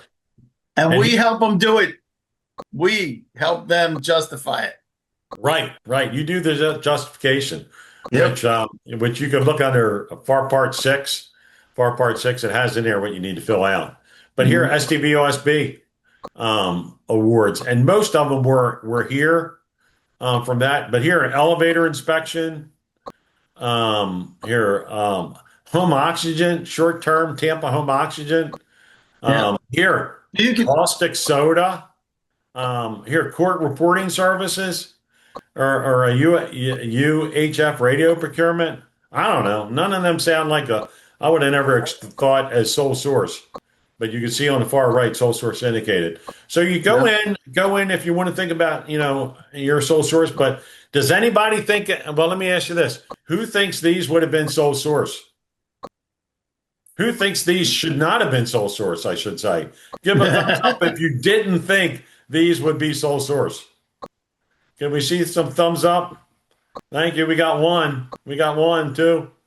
So be asking yourself, and I just put this in the chat. It's semi self-serving, but I actually do. I'm talking about this next week, Brian, specifically whether or not you're small business or not. There's J&As happening every day, just like this. Yeah, I was shocked. I was shocked when I for this presentation when I started pulling this data, and the numbers were pretty staggering. So, and as Dave said, so you would just want to educate the contracting officer how like, hey, look, here's one that was done for our product, or here's one they did. Like being a contracting officer and being the agency. If somebody came to me and said, "Hey, I got a home oxygen here, and we can do a sole source for this," I would say, "You're crazy. I don't want to do that." Well, here's one. They did it. So anyhow, if you could find something similar, or just kind of think about it a little bit differently, and hopefully showing you some of these right from sam.gov might help you think about it a little bit. So, Dave, I think I've done enough talking. So Dave's going to talk about, thinking about how to win and what you need to do different. And then what we're going to do is I'm going to pull up the spreadsheet. Yeah, you go ahead and pull up the spreadsheet, because I'm just going to rip through this a little bit. So I'm going to hand these out too. This is called the Winnable Opportunity Matrix. I created this back in 2009 to help clients kind of get to where they want to go, which is in the green. I'm not going to go too deep into this other than to say the main thing that you want to be doing is watching, and you're going to use the data that Brian gives you. We're going to call that monitoring activity. And then you're going to use that data to engage your contracting officer so that you can build a relationship, so you can influence the acquisition process in your favor, totally legal, not fair, but totally legal, right, Brian? Because if you're doing something, you want to do it to your benefit. And that's exactly what Brian says. If they were running it this way, you want to change it and putting it into what is beneficial to you, so that you can influence the acquisition strategy, as well as get your dirty, grubby little fingerprints all over the scope of work if you can. And then you minimize the competition.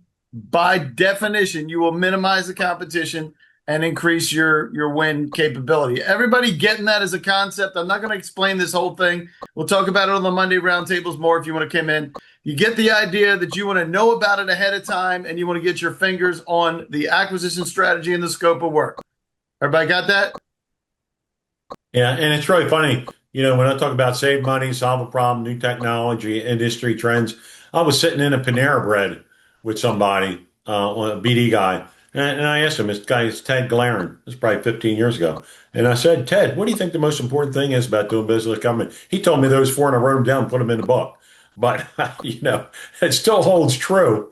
If you want to try to get into your agency, and get into program managers, you got to have something to offer. And I know people talk about the capability statements and they're important, but I would get lots of capability statements and they would go in my pile. You got to help them get the work done. I would do some training with the CIO on how to get a meeting with the Fed, and we were doing that. Did that. He since retired. He was a CIO. He had to schedule his time to go to the bathroom during the day. That's how busy. He had to schedule his time on his calendar to go to the bathroom. And then two other people, when we stood up our NCMA chapter and we had some senior executives that had retired, and they came and spoke, and they said when they would have a meeting and the contractor would come in and sit down, if their assistant would come in 15 minutes into the conversation, and if that person wasn't providing them value in terms of helping them save money, solve a problem, or anything, new technology, industry trends, what they would be interested in, the assistant would come in and say, I have another meeting. You got an important, call with the administrator. And if she liked what was going on, she would say, well, you're going to have to just tell them to hold. I'll be with them after I'm done this call. Otherwise, she'd tell them she's got to go. So she would cut the meeting off. That's how valuable the time was. So, and I think that I've been involved in those meetings too, where I've had them come in, and then instead of being 15 minutes, winds up being an hour. Go ahead and hit the next thing. Do you ever have a 15-minute one too? Absolutely. Especially, and sometimes I was in there just as kind of to be their fly on the wall, and they just weren't resonating with the contractor. Yeah, so it could work right. It could work. Yeah, hit the next slide, bro. Yeah, let's get through these. I'm going to get through these real quick, and you can get to the data, and that way we'll be rocking and rolling. So, real quick, again, getting into the green, knowing ahead of time your contract size and your sweet spot. Did you help them set the budget? Does anybody know that you could actually help them set the budget? That would be a rough order of magnitude, right, Brian? Yeah. Right. And then making sure it's funded, because if it's not funded, it isn't real. And then getting your fingerprints on the scope of work, directing the acquisition strategy. That's what that column is, and reducing the number of competitors. Okay, hit the next one. Yeah, I will say one thing, Dave, on that. Yep.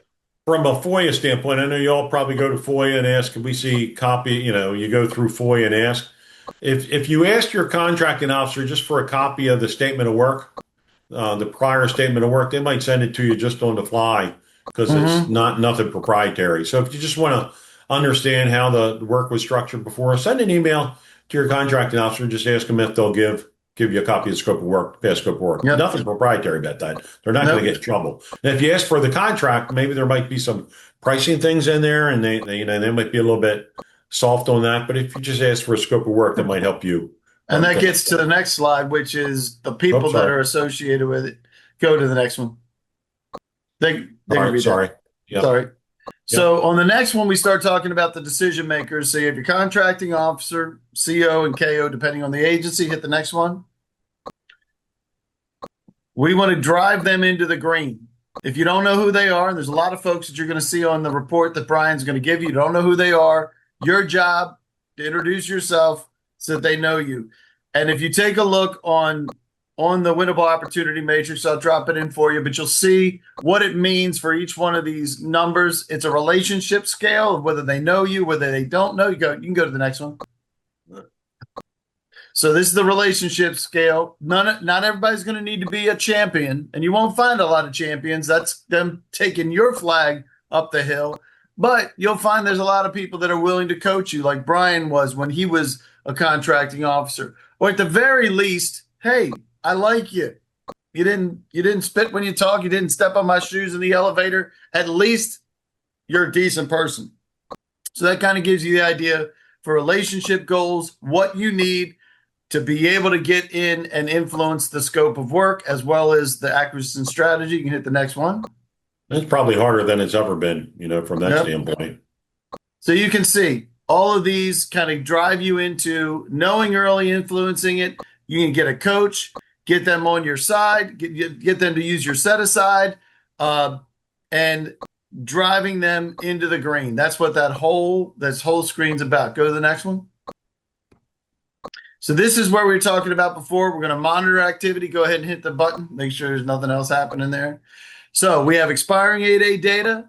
We're going to put you in templates. You're going to press them to utilize a different vehicle or a different set aside, and also get your input in on the scope of work so that they can limit those resources and get you to the place where you're winning. Go ahead to the next one. So in this instance, here we have you're not the incumbent, and you're a woman-owned business, service-to-service business, or hub zone, because we know that they can move this. The contracting officer can move it from one category to another, right, Brian? Yep. And this also impacts everybody else. If you're a small business, when Jerry was talking, listen to what Jerry said. He's like, hey, get it done the way they want to do it. Whatever it is, no matter what that process is, talking to the individuals, both on the program side and the comfortability level within the contracting officer's mind. That's individual contracting officers. That's why every single one of your projects that you want to bid on or that you want to work on has to be done on the personal level. That's what relationships are. Relationships aren't built with agencies. They're built between two people. So that's your job. And if you're going to disrupt the incumbent, right now, the incumbent is disrupted by their very nature as an 8A firm. They're disrupted. Their whole world is disrupted. So they need to know you exist, that you can do the work, you want the work, and you're giving them an alternative path for them to get to you. Same exact thing that Jerry did is what you want to be doing. Go ahead and hit the next one.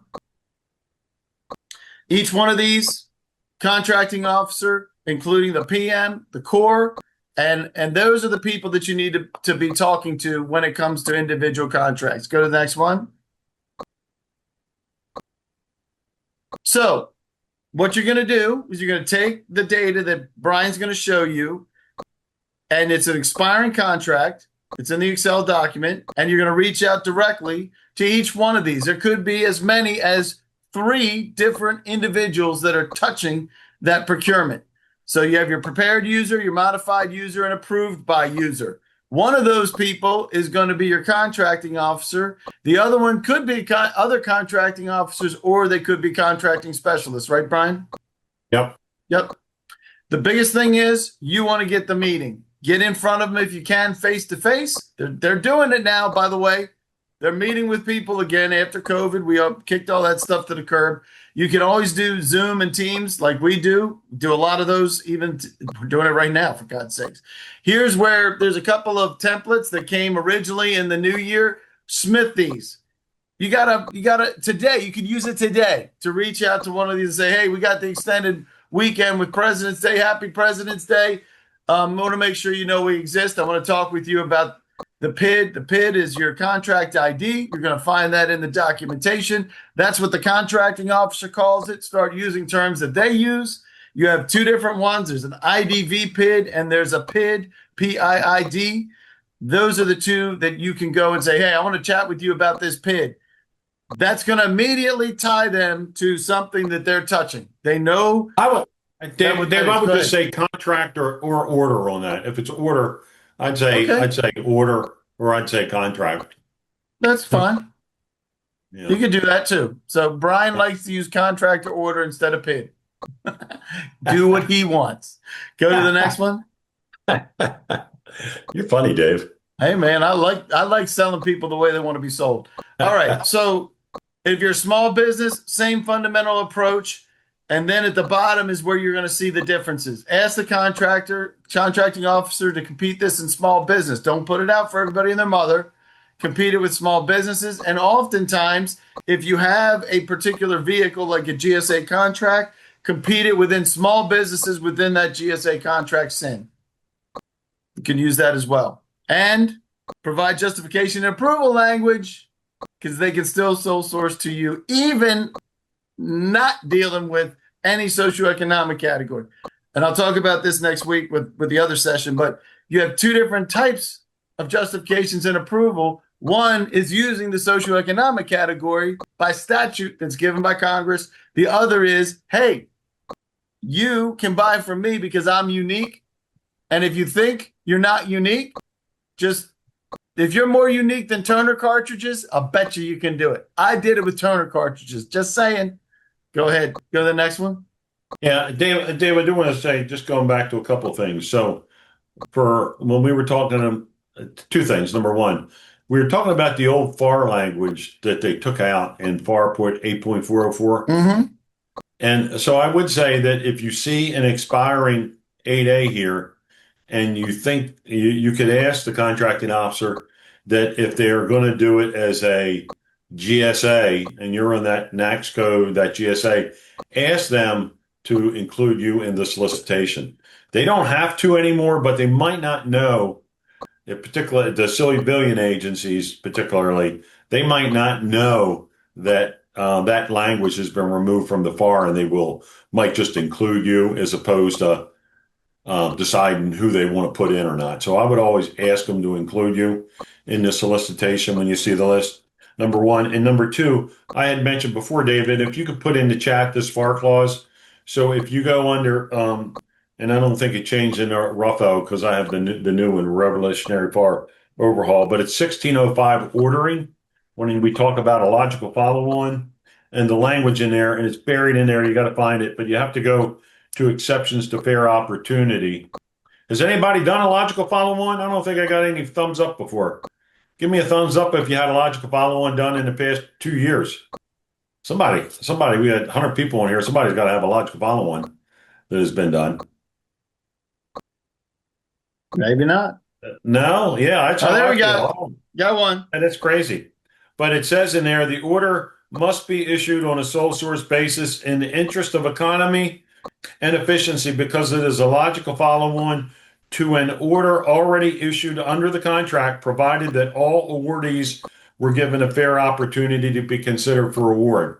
So that's what it says in FAR Part 16. So if it was originally competed as on an IDIQ, they can do a one-time logical follow-on. Now, GSA says the same thing. Interesting enough, in GSA, if they only limited it to 6 people and everybody on eBuy wasn't included in that solicitation, I'm not sure that they could do a logical follow-on. I haven't really crossed that bridge with any contracting officer from that standpoint, but that's at 16505 from that standpoint. Yep. 16505? Yeah. 16. 16505. Anything else on this slide, Dave? Nope, go ahead. And in fact, everybody else can review these for themselves. Yeah, so this was a small approach, and then a large approach. The large approach was pretty similar, but you probably want to team up with somebody if you're large. And right? the questions go to, if they want a sole source, then you find a teaming partner and work with the teaming partner to sole source, exactly like Jerry did. It's exactly what Jerry did. You can do that as a small business or a large business. Keep going for the next one. Yep. So get in the green, stay in the green from the incumbent's perspective, right? So if you're an 8A, you want to stay in the green. Jerry wanted to stay in the green. He was already the contract awardee. He wanted to keep it. So your job is to stay in the green. Hit the next thing. So it goes to, like I say, you build a castle, then you build a moat around that castle, and you fill it with alligators and everything else, water and alligators. So you sow the FUD factor. If you haven't heard of the FUD factor, that's fear, uncertainty, and doubt. You don't want to move to somebody that you don't know. If you're Jerry, hey, we know how to deal with you. Don't give it to somebody else. And you're the least risk. Use your CPARs and your past performance data. CPARs is becoming very, very important. If you're not using your CPARs, if you don't know what those are, you don't have a contract probably. But if you do, make sure you have good CPARs. They are definitely using that to sort select. Now, they're doing it now. So make sure that that's included, and then your past performance lines up. So your alternative path, again, everything we're doing today is about developing that alternative path. They were using 8A. Now it's not going to be used. Give them the alternative path. Don't make them think. Don't ask them, well, what do you think you're going to do? Use me. Use my alternative path. We'll help you get through it. And if necessary, team and partner, just like Jerry did. I was really glad that Jerry was here. Go ahead, next. Yep. And if you want to see PAR's radar demo, shoot me an email. We'll hook you up. It's a big deal. All right. You just flip through these. All right. In every one of these, make sure you're knowing early about the opportunities, get the insider information, and get influence on that scope of work. If you're the incumbent, you already have all of those things. You already know early. So protect your opportunity, protect your contract, and influence the vehicle. Go hit the next one. And that gives you the ability to get your set aside, whatever set aside they want to use, and make sure you have that. So you guys can review this for your own, but the idea is if you're the incumbent, you are still qualified because you already did the work.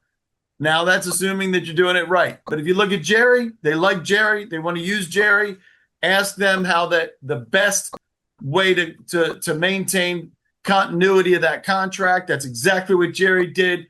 And then make recommendations how you can still deliver outside of the 8A program. This was before Jerry's had given his. This was the advice that we were given. He followed this exactly.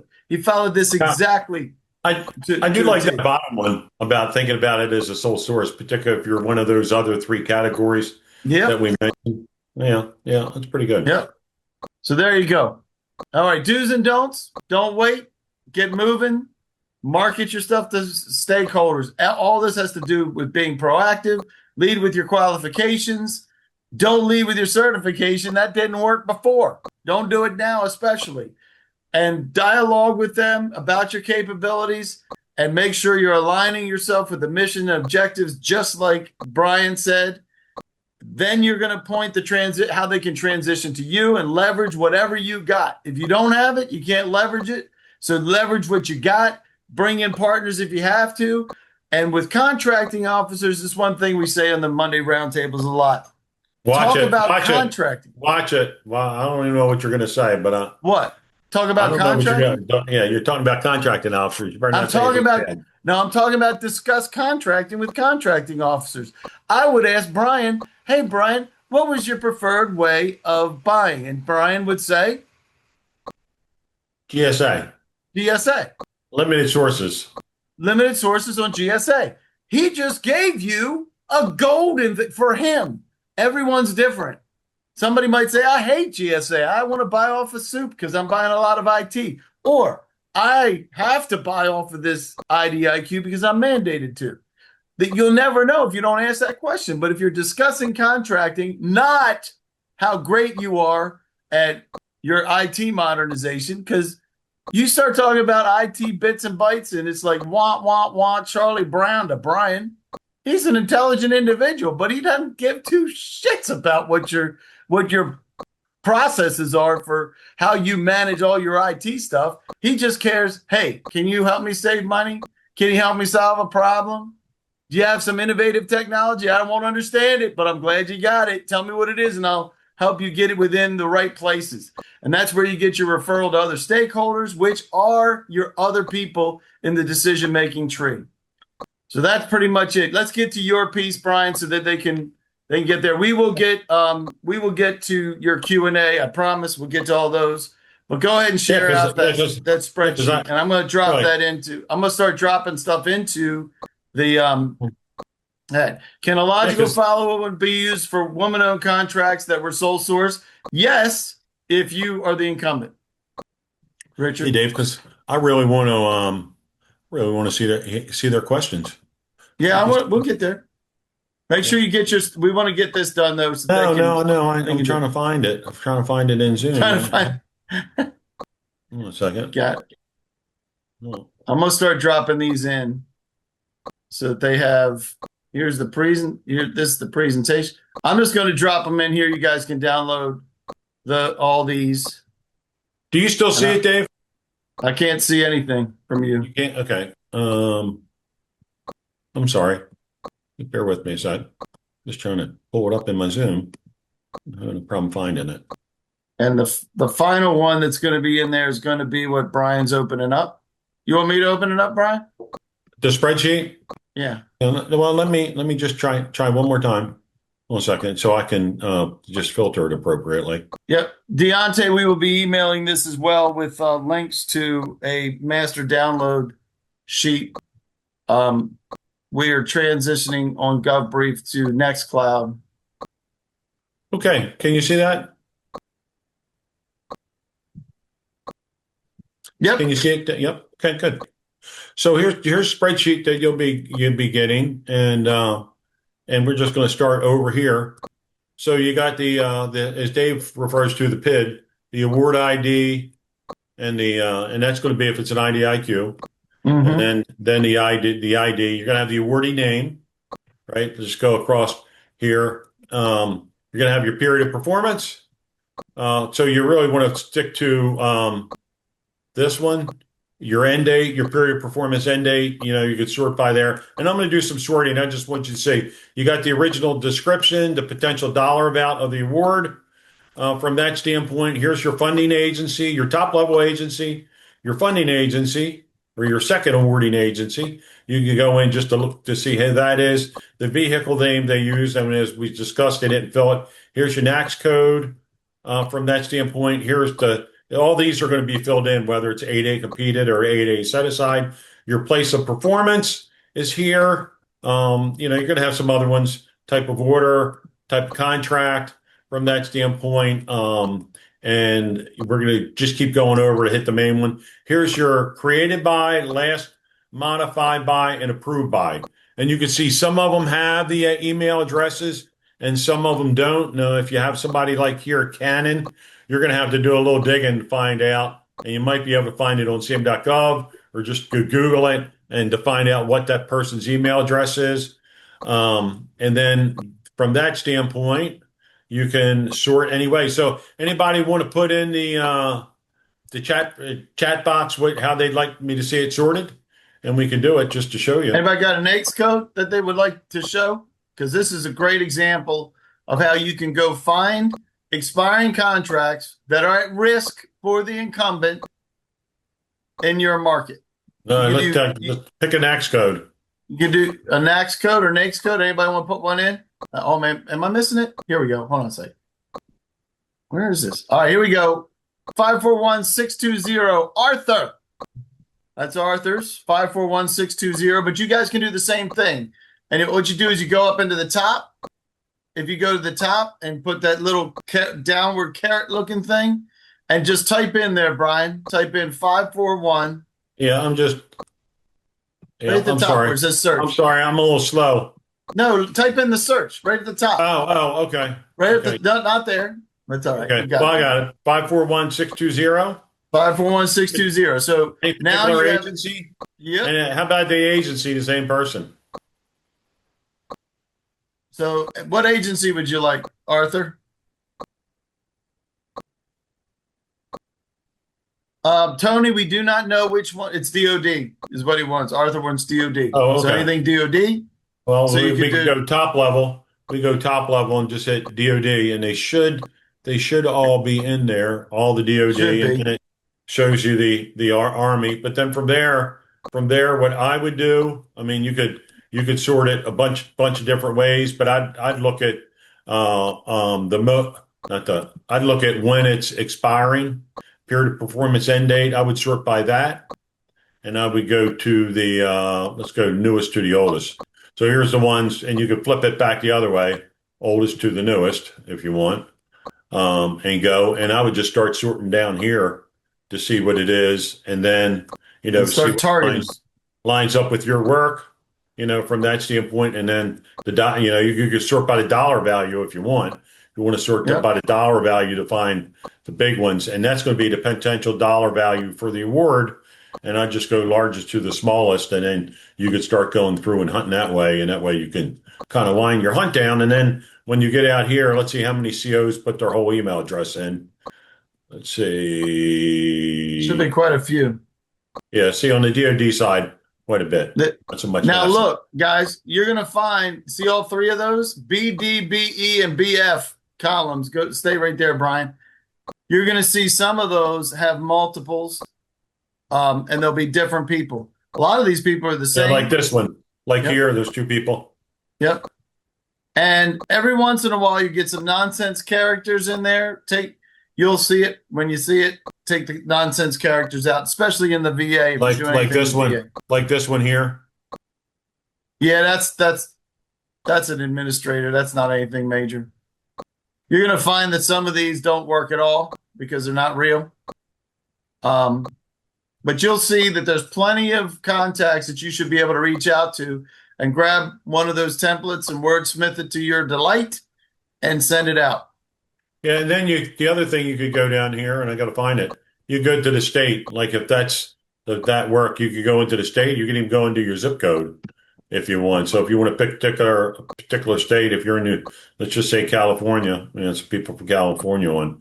Here's what's happening, and here's where it is in California. So, and then you could go and email that CO and say, "Hey, can I come in and visit you?" You know. Anyhow, does that make sense? Ooh, here's one.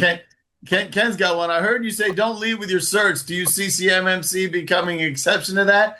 Yes, Ken, I do. That's one. Now, that's a professional cert that you're getting, right? That's not a socioeconomic cert. Lead with a professional cert because that shows you're qualified. Love that question. Yeah, so any questions about the data when you get it? If you have it, you can email me if you have any questions about it. Yep. From that standpoint. Love it. All right. So let's do this so we can get them out. I do want to ask some questions. I'm going to go back a little ways. How does this comes from Stacy, how does the new SecDev HEGSET standards fit into these rules like a hand in a glove with pressure? That's what I would say. Would you say, Brian? Yeah, I mean, I think in that case, in terms of the DFARS, I don't think the DFARS is going to change anything. If not, like there might be some internal policy where they say if they award an 8A, they gotta get some special approval off the line. Mm-hmm. We won't see. So they have their own internal policy. I mean, you're going to have your DFARS, but then you're going to have your internal policy. So the internal policy might be if it's anything that's going to be an 8A, the head of the contracting activity needs to sign off on it, or it's got to go 2 levels above the contracting officer. Or you got to justify why you're going to do an 8A. And I don't know, but you heard that Jerry from that one I think it was Jerry from that one agency. Now no 8As, and so that No 8A.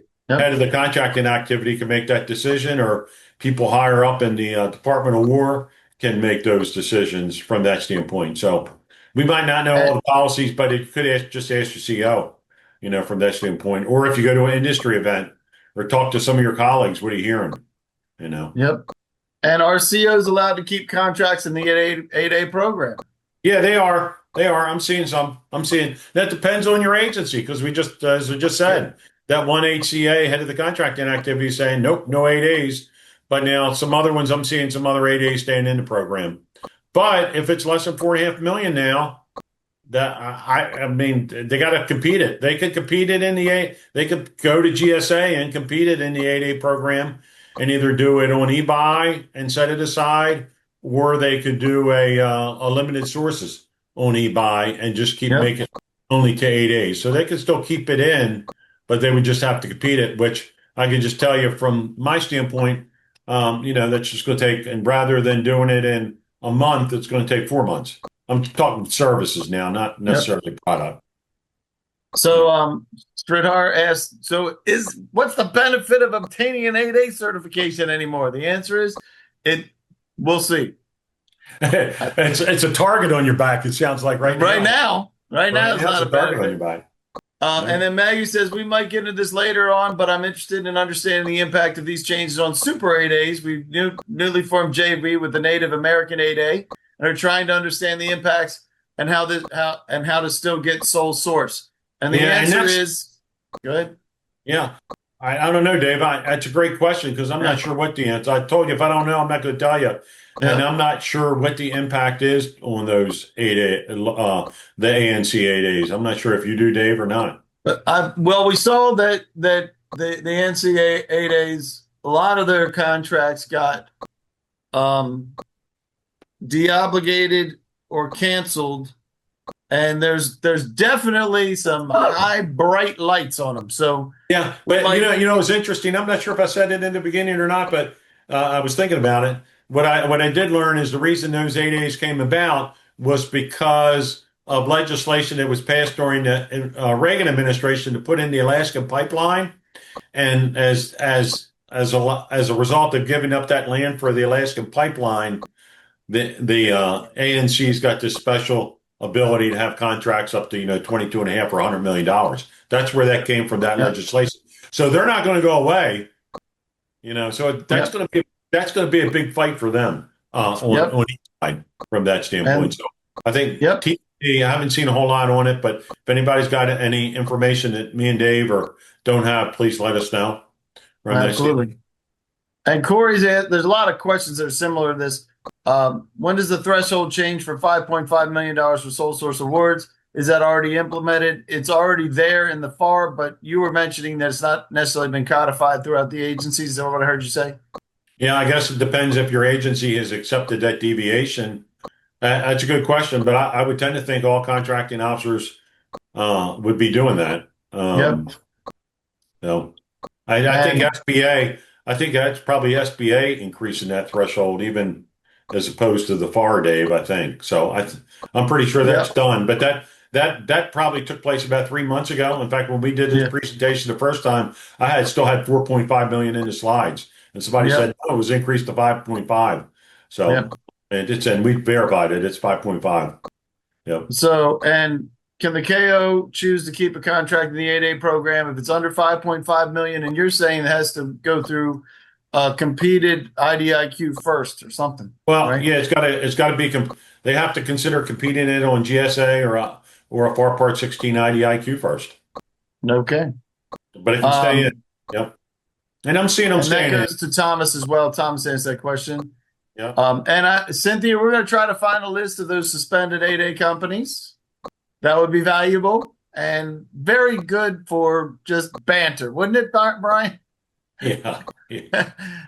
Can you sole source to an SDV OSB? And the answer is yes, you can. Yeah, we have some of those on there. I think that's where most of them were being sole sourced. You should check that at sam.gov. I've never done a sole source in those categories before. But they do it. I thought it was hard to justify, but contracting officers and SDV OSBs are doing it.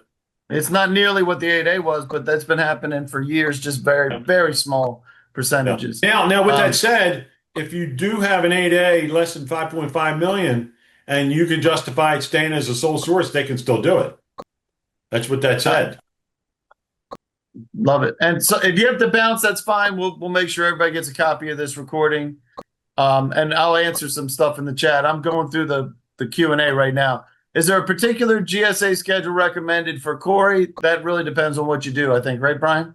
Yeah, no, nothing here. Just depends on what you do. But large prime contractors still have a certain percentage obligation to subcontract to 8As. That's a great question because that goes to the subcontractor plan, right, Brian? Yeah, well, they got rid of most of the small business specialists, right? Or hiring new ones. They weren't enforcing it anyway. So it doesn't much matter. Yeah, so they weren't. I'm sorry, James. Some agencies were starting to say they were going to enforce it, and though it never happened through the years. So part of your CPARs, right? It's part of your CPARs goals from that point. If you're a large, and that is one. Finally, if they're using that as a category and they get a derogatory remark, they want to avoid that. That's about the best that I've heard in years. Well, yeah, I mean they're using it in CPARs, but I don't think that's going to. I mean, if you get I think a lot of contracting officers are just checking off the box because the largest are providing information saying what they're trying to do to get more subcontractors. So I think, and that goes to the anonymous attendees that have I've heard the levels of distinction for CPARs will be greatly reduced going forward. Please discuss. They were going to be reduced yeah. Yeah, until that National Defense Authorization Bill had language in it that CPARS was going to be used just for negative certifications. And actually, we had, through people in our CPARS radar, they had some discussions with different people in government, and that NADA bill got changed. Now they are going to do a study in DoD, but I can just tell you from Jeff Kosis at GSA, from the director of OFPP. I can't see it's going to be used more often probably than less often. That's Yep. what we see. But we'll see what this study comes out with in DoD. But that language about the negative certification was totally removed. Liz Stefanik, somebody on her staff must have put that in there, and that was a mistake. I'll Yep. just say that. So Joe's asking, how do you find out where to bid on projects? SAM.gov is a place. If you have a GSA contract, GSA e-buy. If you work with DLA, you can find it on Dibs.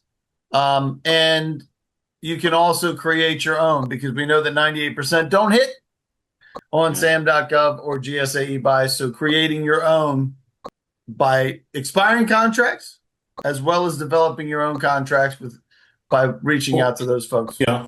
And or the agency forecast. Agency forecast, another place. Yeah. And some agencies are better than others. I'll just say that. Yeah. All right, Shelly, we'll make sure we get you refunded or get you another subject that you'd like to attend, because she paid for both December and today, Brian. She loves it so much. Well, thanks, Shelly. So, Tanya, regarding government CPARs, my company serves as the sole subcontractor on HHS. Though we're responsible for delivering the majority of work, the CPAR rating is only issued to the prime. That is true. How can subcontractors establish and document past performance in such situations? Coming to a theater near you soon. We're working on that. Well, let me just say, part of that, right, exactly, Dave. Part of that DoD study that they're going to do is trying to figure out how to get commercial organizations to have CPARs in a system, and I imagine that might pertain to subcontractors too. So right now, there's nothing but. I think that part of the problem they wanted to get rid of CPARs with that NADA bill is because they wanted to have innovative contractors be able to be on an equal playing field with current government contractors. But some of that commercial solutions opening that you're seeing, broad agency announcements, the OTAs, and then this CPAR study on how to get commercial organizations in is probably going to actually beef up the requirements for CPAR. So I think more to come on that, but right now, nada. Yep. And Craig, my apologies, because I tried to find the answer to that question. Are the differences for tribal 8As given different thresholds, 30 million and 150 million to DOD? Are there differences for tribal given that the thresholds are different? Yeah, you know what? I'll just tell you, Craig, I went into Copilot about 3 weeks ago. I used Microsoft Copilot on it, and it gave me the answers there. Just go into Copilot and ask the question. It'll pop up, and hopefully it'll be the right answer. Asking, I don't know the answer to that, and I tried to type it, and then I tried to backspace, and then I couldn't find where it put it. So that was all thumbed on my part. Craig, I have it somewhere on my desk because I went to get the guy who was wondering the same thing from that standpoint. Yep. But there are differences. Jeremy's saying, is there any indication that Congress, presumably Democrats, are thinking about drawing a distinction for inconsistency between U.S. code that establishes FAR and the FAR updates?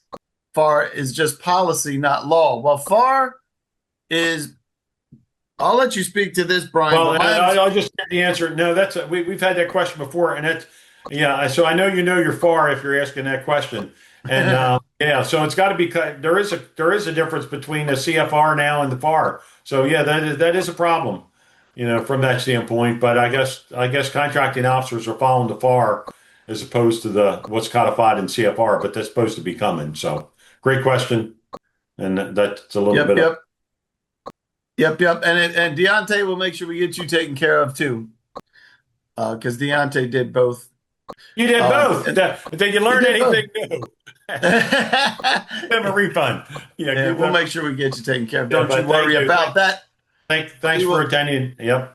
Yep. So let me do this. I'm going over to the chat real quick because there's a whole bunch of stuff in here that I want to go back to. Um, I spent my life trying to find stuff on my computer. Well, good luck with that, Shelly, because it's all going to be there somewhere. Yes, we will be emailing it. Does the table include NAICS code? You better believe, Arthur. Yeah. You can download this, and it is the one that says 8A expiring. I'll put it in again just so that it makes it easy for the most bang for the buck. That's this form right there. And Shelly bought your book. How about that? Hey, good. Well, Shelley, I can just tell you, my CPARS book is fantastic. If you really want to learn your CPARS real well, Yep. You're welcome, Shelly. I She hate to says say this is that, so but, awesome. yeah, but it's pretty good. Gotcha. All right. So, if I'm new, what do I need to get done before proceeding? Do I need the SBA WOSB? I have an informal WOSB, not the official. You don't need a thing, Teresa, to start. Start talking to the contracting officers saying, hey, I'm a small business. I'm going to get my woman-owned certification at some point. I wouldn't even talk about that. I would talk about your qualifications with the contracting officer. Say, how would you like to buy from me? That's what I would say. What did you say, Brian? Yeah, I agree. There's four things. If you guys don't kind of, have one of those four things as we talked about, save money, solve a problem, new technology, industry trends. And Teresa, if you are new, Sam Radar is one of the ways that it's a product that we have, so you can check that out. The procurement database, certainly you can look at Sam. There's some things that you can do. I would absolutely try that and then follow those instructions so you can build those relationships. If you're not official, you're out. An excellent database, and we'll use this for hunting. You are welcome, Arthur. If you're, I'm gonna let Teresa. We'll take that offline. It's about sam.gov if you're not registered. Hegseth said his focus is anything over $20 million, which is that's fine. But I'm telling you, the 8As are getting pinched all the way through the system. Wouldn't you say, Brian? Yeah. I hadn't seen that, but I believe it. Yeah. Arthur says, I've sole sourced the VAs and SDVOSB, but it's been sparingly used. Yes, and that's one of the places where you'll find it mostly because they have veterans first because of the Kingdomware decision in 2016. Will you show us how to search the SAM contract database directly? How do you search for WSB contracts? Teresa, I do that every month on the second Tuesday at 1 p.m. So I'll make sure that you get an invite to that. And a discount. It's not very expensive for that one. Would a currently suspended 8A contractor lose a contract award from fiscal year 2025? We have seen it, Max. We don't know. It depends on the contract, right, Brian? Yeah. Would they terminate it? Is that what he was asking? Would they terminate it, or if it's expiring, or are they? Would a suspended contractor lose a contract award from fiscal year 2025? The answer is if they are suspended. That's a really good question That's a because great question. they've had that issue about recertification, right? When you exercise an option and the company's selling, there's been that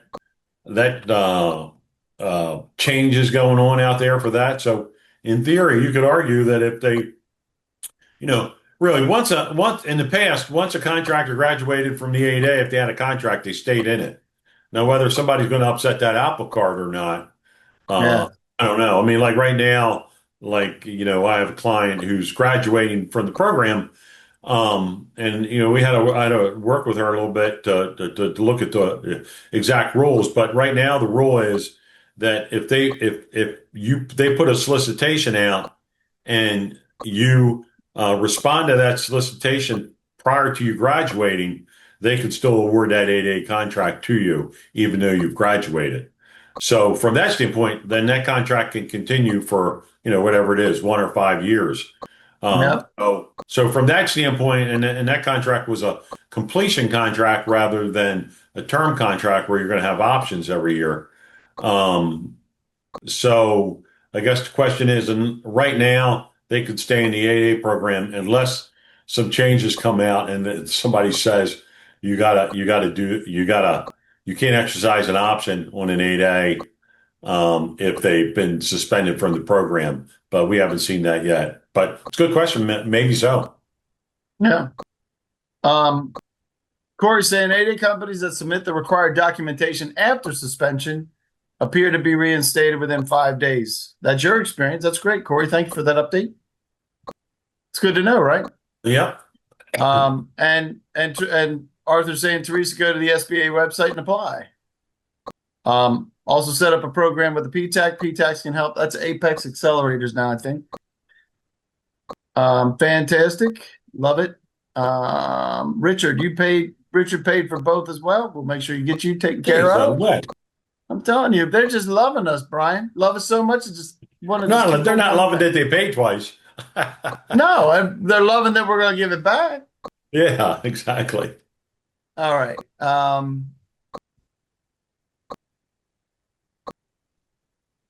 Is the spreadsheet a consolidation of SAM contracting data? If yes, how did you export this? It's actually FPDS data exported in. I think you used the system to do yours, right, Brian? Yeah.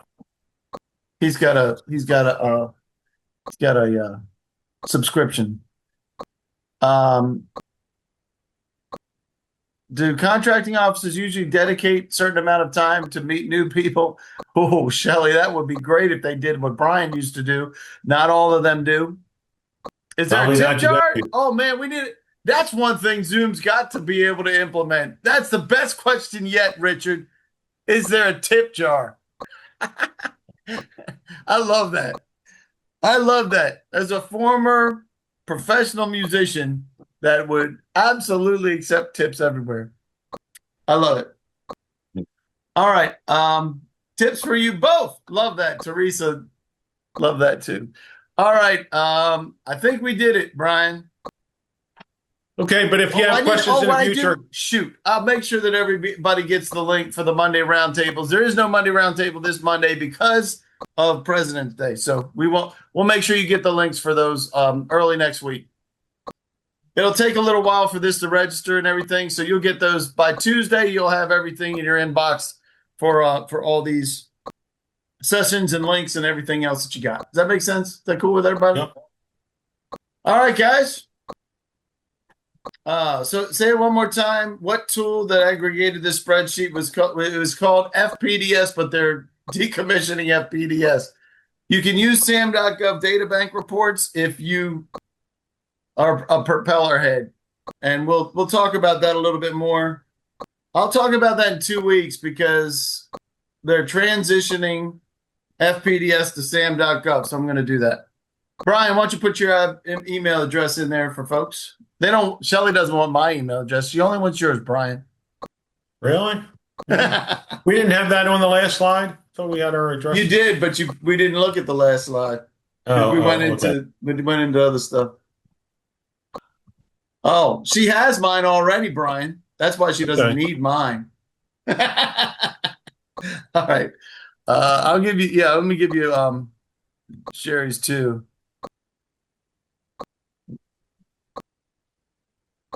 I'll get Jerry's in a second. You got to dig that one up from my. Dave, you look like you got some sun down there.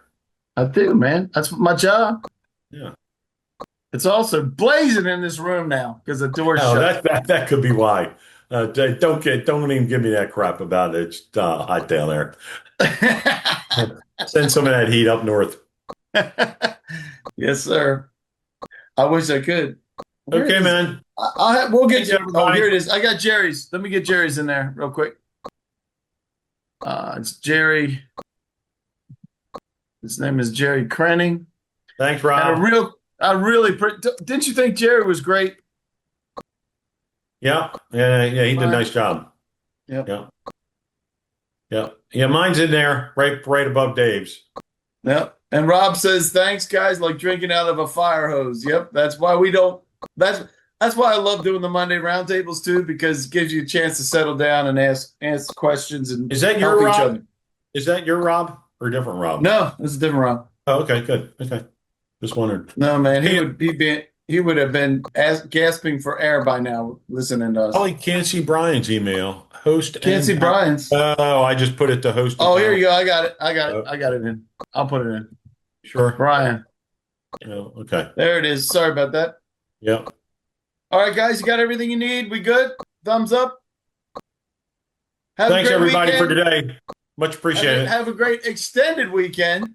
And I am going out there. Yeah. Uh-huh. To the very bottom of the United States. That's right. And guess Anybody- what? If you've never been here, there's a place called the southernmost point in the United States. And so we looked it up and I got directions to it this morning and it said open. And this is outside. It's not like you can have it closed. But when we got there, it was actually closed and boarded up because they're doing some work. And I'm like, oh my gosh. And we're in here with my sister-in-law. Yeah. She's in for one day. So we're Yeah, and James is calling you a jerk for being all the way down there. I love that. Yep, Thanks, yep. James. That made my day. I resemble that remark, James. Yeah, we're jelly here in Chicago. I love that. We're jelly. Yeah, the blood's a little bit thicker up in Chicago. I love Yep. that. Pretty good. All Okay, right, well, everybody, guys. thanks again. Have a great weekend. See you, Dave. All right. See you, Get Brian. that Great stuff. lobster biscuit at that place I was telling you about. Lobster biscuit coming up. Yeah, okay, man. See All you. right. Lobster biscuit slider, as I recall. All right.